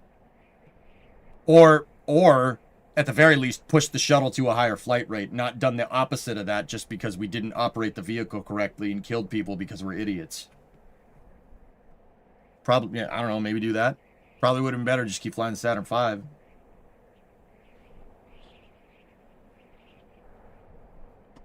What are your thoughts on solar sails? Dave, SpaceX are launching Europa Clipper. Oh, that's a good point. That's right. Good point. Yeah, I forgot about that. Thoughts on solar sails?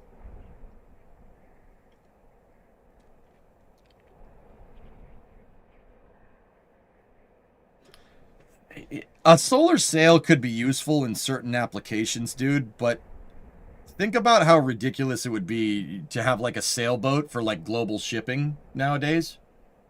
Like, think like, you know, you have all your container ships and then you have somebody sailing around in the Nina, the Pinta, and the Santa Maria, right? Like, it's like, all right. I'm sure that's useful for something. It ain't gonna get anywhere fast, you know what I mean?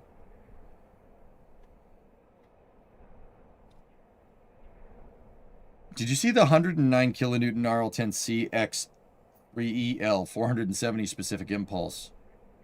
Yeah, the CX, yeah, that uses the 3D printed,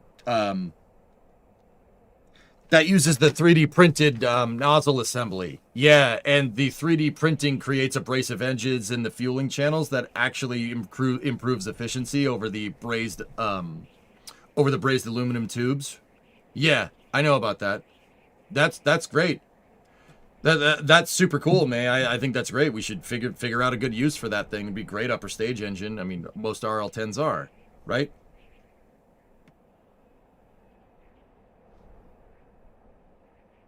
With modern sails, they're looking at that very big thing for cargo ships now. Yeah, Tessa, I'll be 100% honest with you. That's another thing to make us feel better that's actually useless. Yeah, you can use the trade winds with a container ship, but they're not operating entirely on the sails, and they're never getting rid of the internal combustion engine in the ships that have these sails. Canopy that the European Space Agency uses is a good example of this. You're never getting rid of the internal combustion engine. You're just using less fuel. Look, thermodynamics cannot be beaten. You can't beat it. Great, you're using trade winds to use less fuel, but they're ignoring the fact that your boat's going to take forever to get there because it's using sails. So you're going to need more of them. Weird, huh? And you end up using more fuel in the long run because at the end of the day, trade winds are not something that you can rely on to transit oceans all the time. That's the point, use less fuel. I understand. I get it.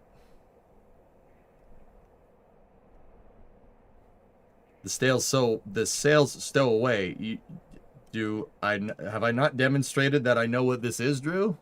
Like, I understand. I know. I even cited a ship that does this exact thing.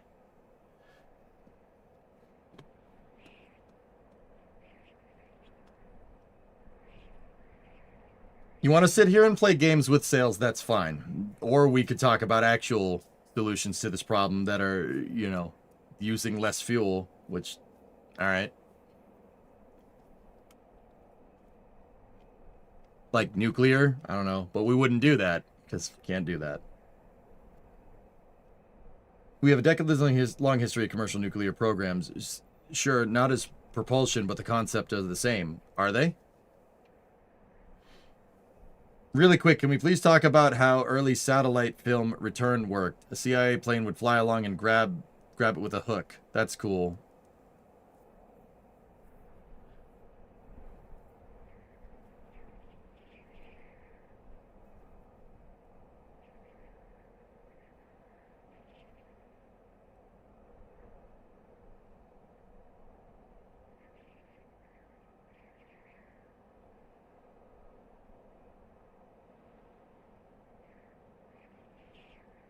It seems like there's no downside. Little more manufacturing costs and reduces fuel. All the capability of a typical ship, but when there's wind, use it. How big is the sail gonna need to be on like those big Maersk ships, Drunar? You're gonna move like a 20,000 ton container ship that way? I've only seen these sails kind of employed on smaller vessels, and if you want to make that argument for smaller vessels, that's fine. But I would go back and say, for smaller vessels, you're going to need more of those anyway. It's a zero-sum game, dude. I mean, if you want to put sails on your ship, sure, that's fine.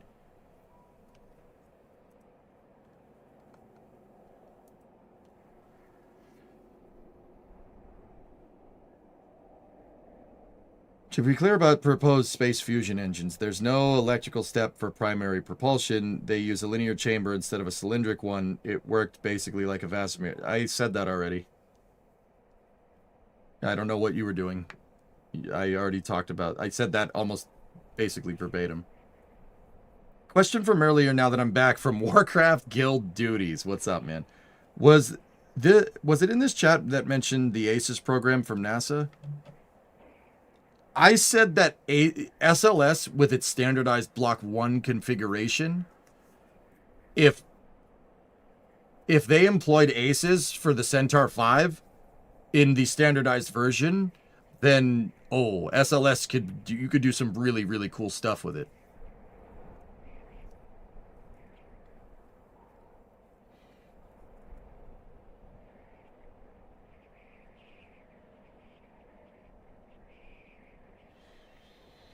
I think sails can be used for cargo that have no time limit like ore. No time limit.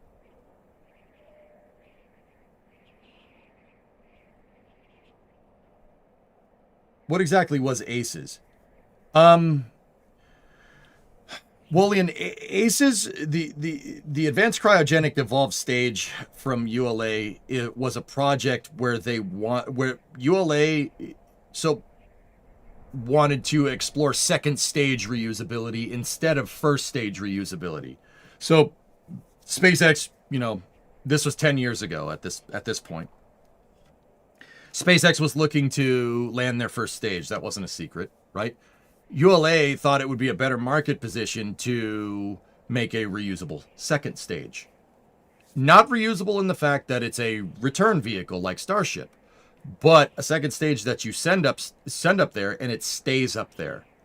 It's capable of extremely long loitering times on orbit, something that Starship will eventually have to do. But this is without the whole reentry part, right? ACES involved boil-off prevention mechanisms in the form of like sun shields on the stage, similar to what Blue Origin is kind of doing, and also an internal combustion engine that runs off gaseous hydrogen and gaseous oxygen on the aft cargo carrier of the stage that will keep tank ullage pressures up by using the exhaust gases to keep the tanks pressurized to avoid propellants hitting their boiling point if they do go through some thermal transients in their loitering period. So what that means is it's got a sun shield and it's got an engine. It's using an internal combustion engine basically to not have the propellants boil off. That internal combustion engine also could have been employed in a fuel pump for refueling stage to stage. All it does is recirculate ullage. It's basically like autogenous pressurization, except you don't need the rocket engine firing to do it. That internal combustion engine was made.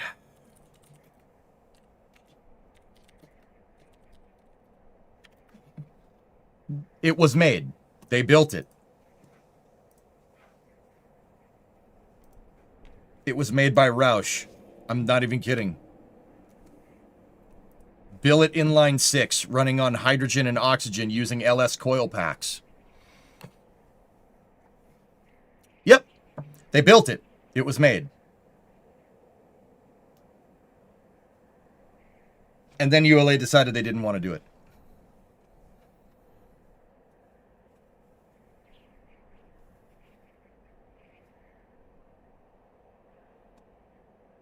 Why not a V8? Inline 6s are inherently inline 6s are words, man. They're better balanced. They're a better balanced engine. A V8 is great. Like, as an American, I love those things. But also in the applications of a space flight mechanism like this, an inline 4 or an inline 6 or an inline 8 would probably be a good idea. The reason why is in a V engine, so a V6, V8, V4, V12, whatever. Actually, V12 is not like this, but a V6, a V8, and a V10 are. If you picture 8 cylinders on a V8, right? Take this cylinder here, so the front one, and then this cylinder here, the back one, right? So the number 1 and what would be the number 8, right? Depending on what engine this is, right? So when the number 1 is down low, the number 8 is up high. They're moving reciprocally to each other, right? And that does introduce vibrations. It makes the V8 want to do this. I don't know if you've like watched a video of a V8 revving in the engine bay of a car. It wants to move. It wants to do that. Now, inline sixes, they also do that too, just because of the crankshaft, the gyroscopic precession of a crankshaft. However, in an inline six or an inline four design, so you have 1, 2, 3, 4, 5, and 6. The number 1 and the number 6 they're synchronous. They're going up and down at the same time, right? The number 2 and the number 5 are going up and down at the same time. And the number 4 and the number 3 and the number 4 are going up and down at the same time. In a 4-cylinder, number 1 and 4 are synchronized. And number 2 and 3 are also synchronized. That introduces way less vibration, way smoother operation. And the name of the game with spacecraft is you're trying to avoid gyroscopic precession as best as you can, and you don't want any excess vibrations introduced into the spacecraft. An internally balanced inline 6 is very good for that. It's a very good idea because everything's working in synchronous. It needs more Doritos. A Wankel engine would work, yeah.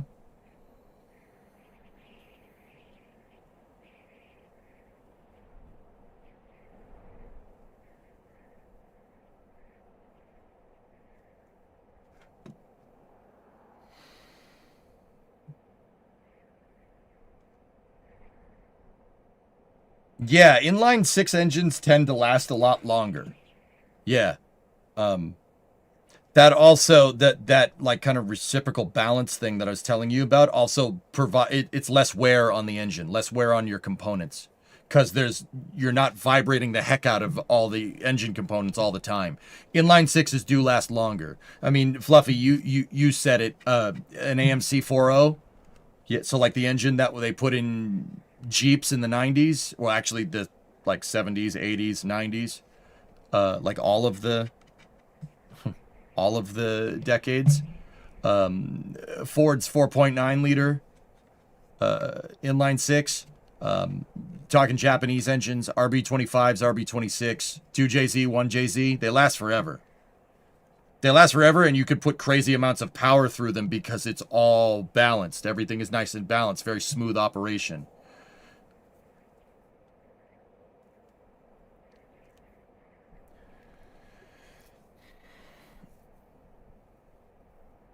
If you have hydrogen and oxygen, wouldn't a fuel cell be better for power generation? The inline 6 is not being used for power generation, Leah. This is not used for power generation. It's used to, I mean, you could put an alternator on this thing. This is designed for tank ullage recirculation. Discovery, go at throttle up. To prevent boil off of propellants. That's the primary reason, although you could make power with it if you really wanted to. Geek, 82 months. It's been 82 years. I'm sure that in 1985, plutonium is available in every corner drugstore, but in 1955, it's a little hard to come by.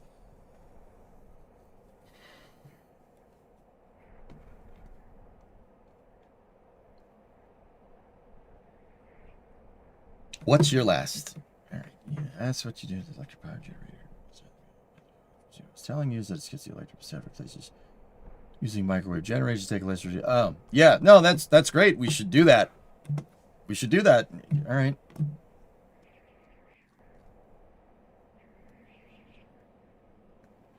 How would you go about solving the fuel transfer between spaceships if we're up to you? That's a pretty good idea right there.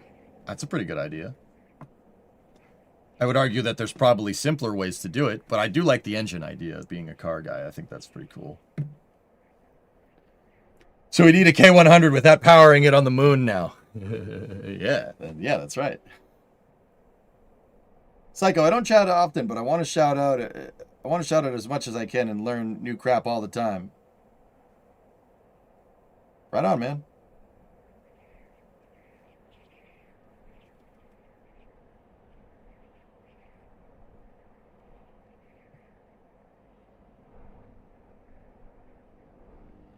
Are you gonna play Factorio afterwards? Yeah.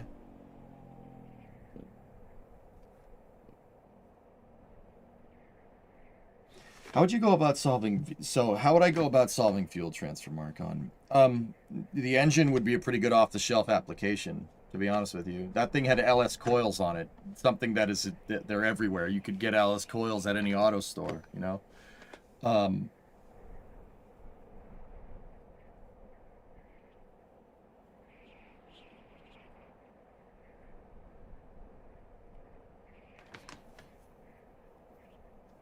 So here's the thing. Fuel transfer and refilling in space, in concept, it's not that complicated. The reason why everybody treats it like it's it's a complicated thing to do is because we haven't done it, right? We haven't done it. Going to the moon was complicated. It was a hard thing to figure out until we did it. I mean, still difficult because we gave up the ability to do it, but we already talked about that today.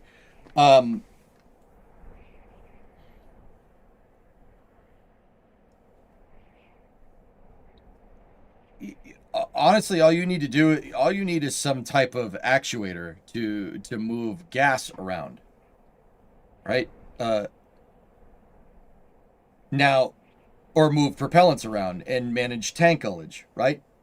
You know, Marcon, I'm sure you've heard, you know, my coverage, NSF's coverage, whomever's coverage, like, oh, tanks are pressing for flight. Okay. What do you use to pressurize the tanks down on the ground? You use the launch pad, right? I don't necessarily, I mean, most rockets have fill and drain valves. I learned the other day that SLS tries to salvage as much hydrogen because they have a fill and drain valve. We know that they can pull the methane out of Starship with its ground servicing equipment. How is refueling any different? The concept has been well fleshed out. Rockets get detanked all the time, right? Just do it up there. Now, once again, doing it in microgravity, like I said, you need an actuator. A lot of the times you can use gravity as an actuator down here to do that. But that's not what's entirely done all the time. Somebody asked me yesterday when we were tank watching, how do they get all the fuel out? Well, the liquid oxygen, they just let it boil. They let it heat up. The sun heats it up. Sun heats it up, it hits boiling point, and there you go. Then you just open the tank vents, and you at that point you're just managing pressure in the tank, and just open it and close it, right? Chopsticks are going down. Oh, I see it. Here, I'll put that up there while I'm talking. Oh, interesting. What do we got here? I mean, I don't think we're gonna do any tank watching today, but boop.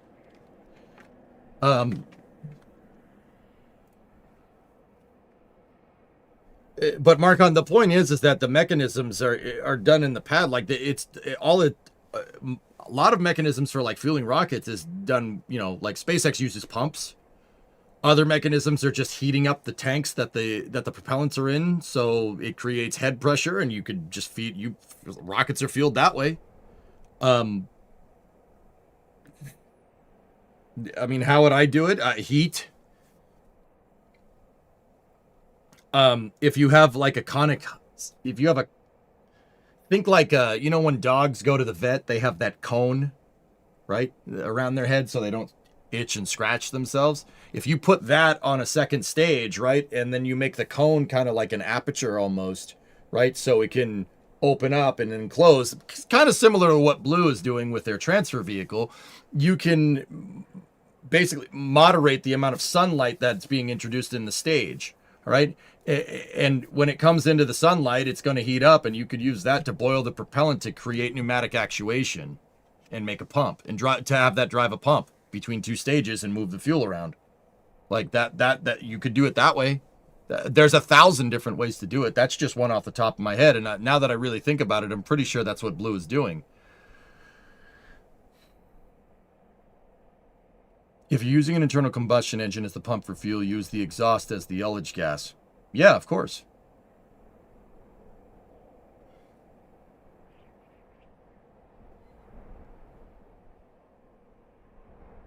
It's looking like a rollback. Booster stand moved towards pad 2 now, and the chopsticks are engaging the booster.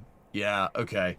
I don't think we're tank watching any more this week, dudes, which means that We could play Factorio. We could keep working on our VTOL in KSP.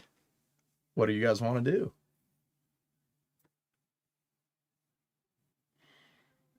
I want to see you cringe. Check out my post in my project.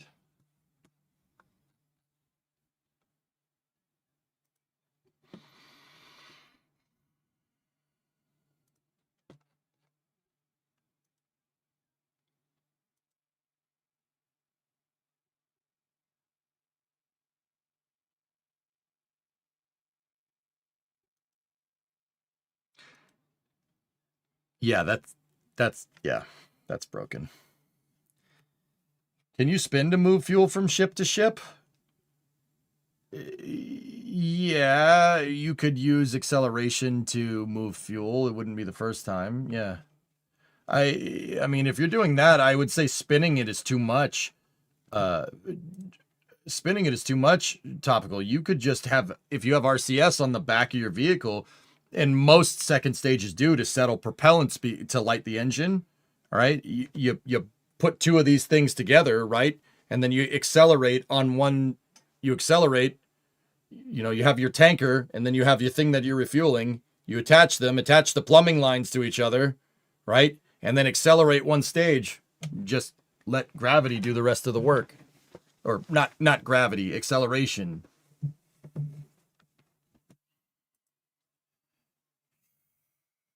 You got a factory to grow and more planets to conquer. Anyway, good talks. Guys, I am okay with the way Artemis is, to sum it up, because we got way into the weeds there with space and technology and philosophy and stuff. I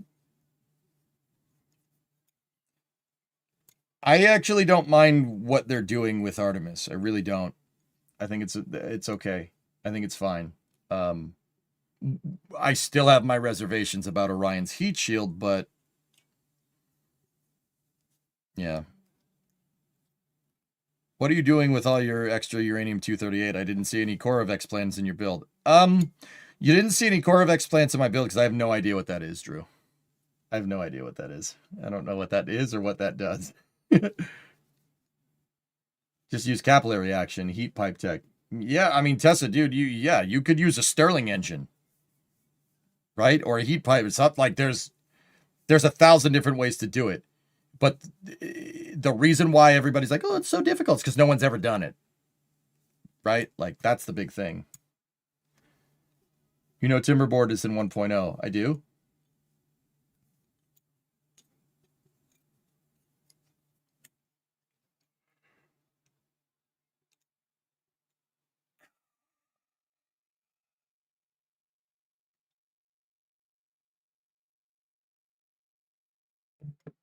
I kind of want to go play that damn Kerbal.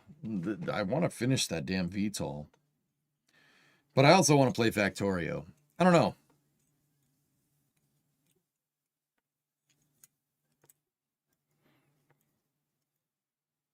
I don't know. We've played Kerbal the past 2 days. I'd like to play some Factorio. If we play Factorio today, that means we're playing Kerbal tomorrow, though.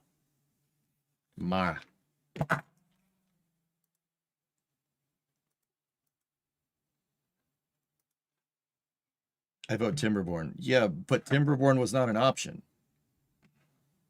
Can you put up a poll? No. Polls are useless. They always come 50-50. I'll decide what I want to... I mean, I'll make the decision at the end of the day. I vote Counter-Strike.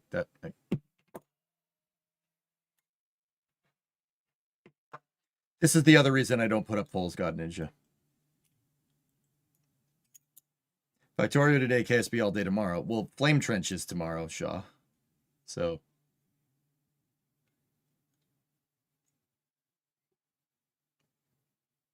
I don't feel like playing Winter Car.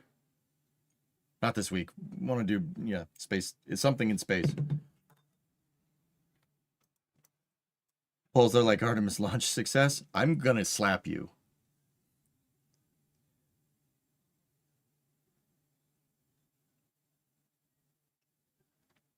All right, Factorio it is. We'll play. That means we play KSP tomorrow. Cool. All right. So I hope you enjoyed this kind of press conference and also kind of space news review. We might need to do a space news before Flame Trench tomorrow, just because there is a ton of extra stuff. And by might, I mean we probably should.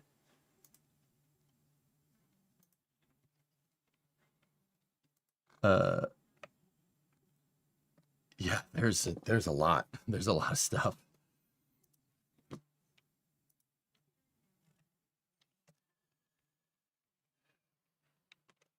EJ, you got to come to Florida for Artemis 2 launch in Yuri's night. No. I want to play Factorio. Stand by for loss of signal as expected. On Twitch, just stay here. On YouTube, I just got to jog the VOD. I'll be back in a second.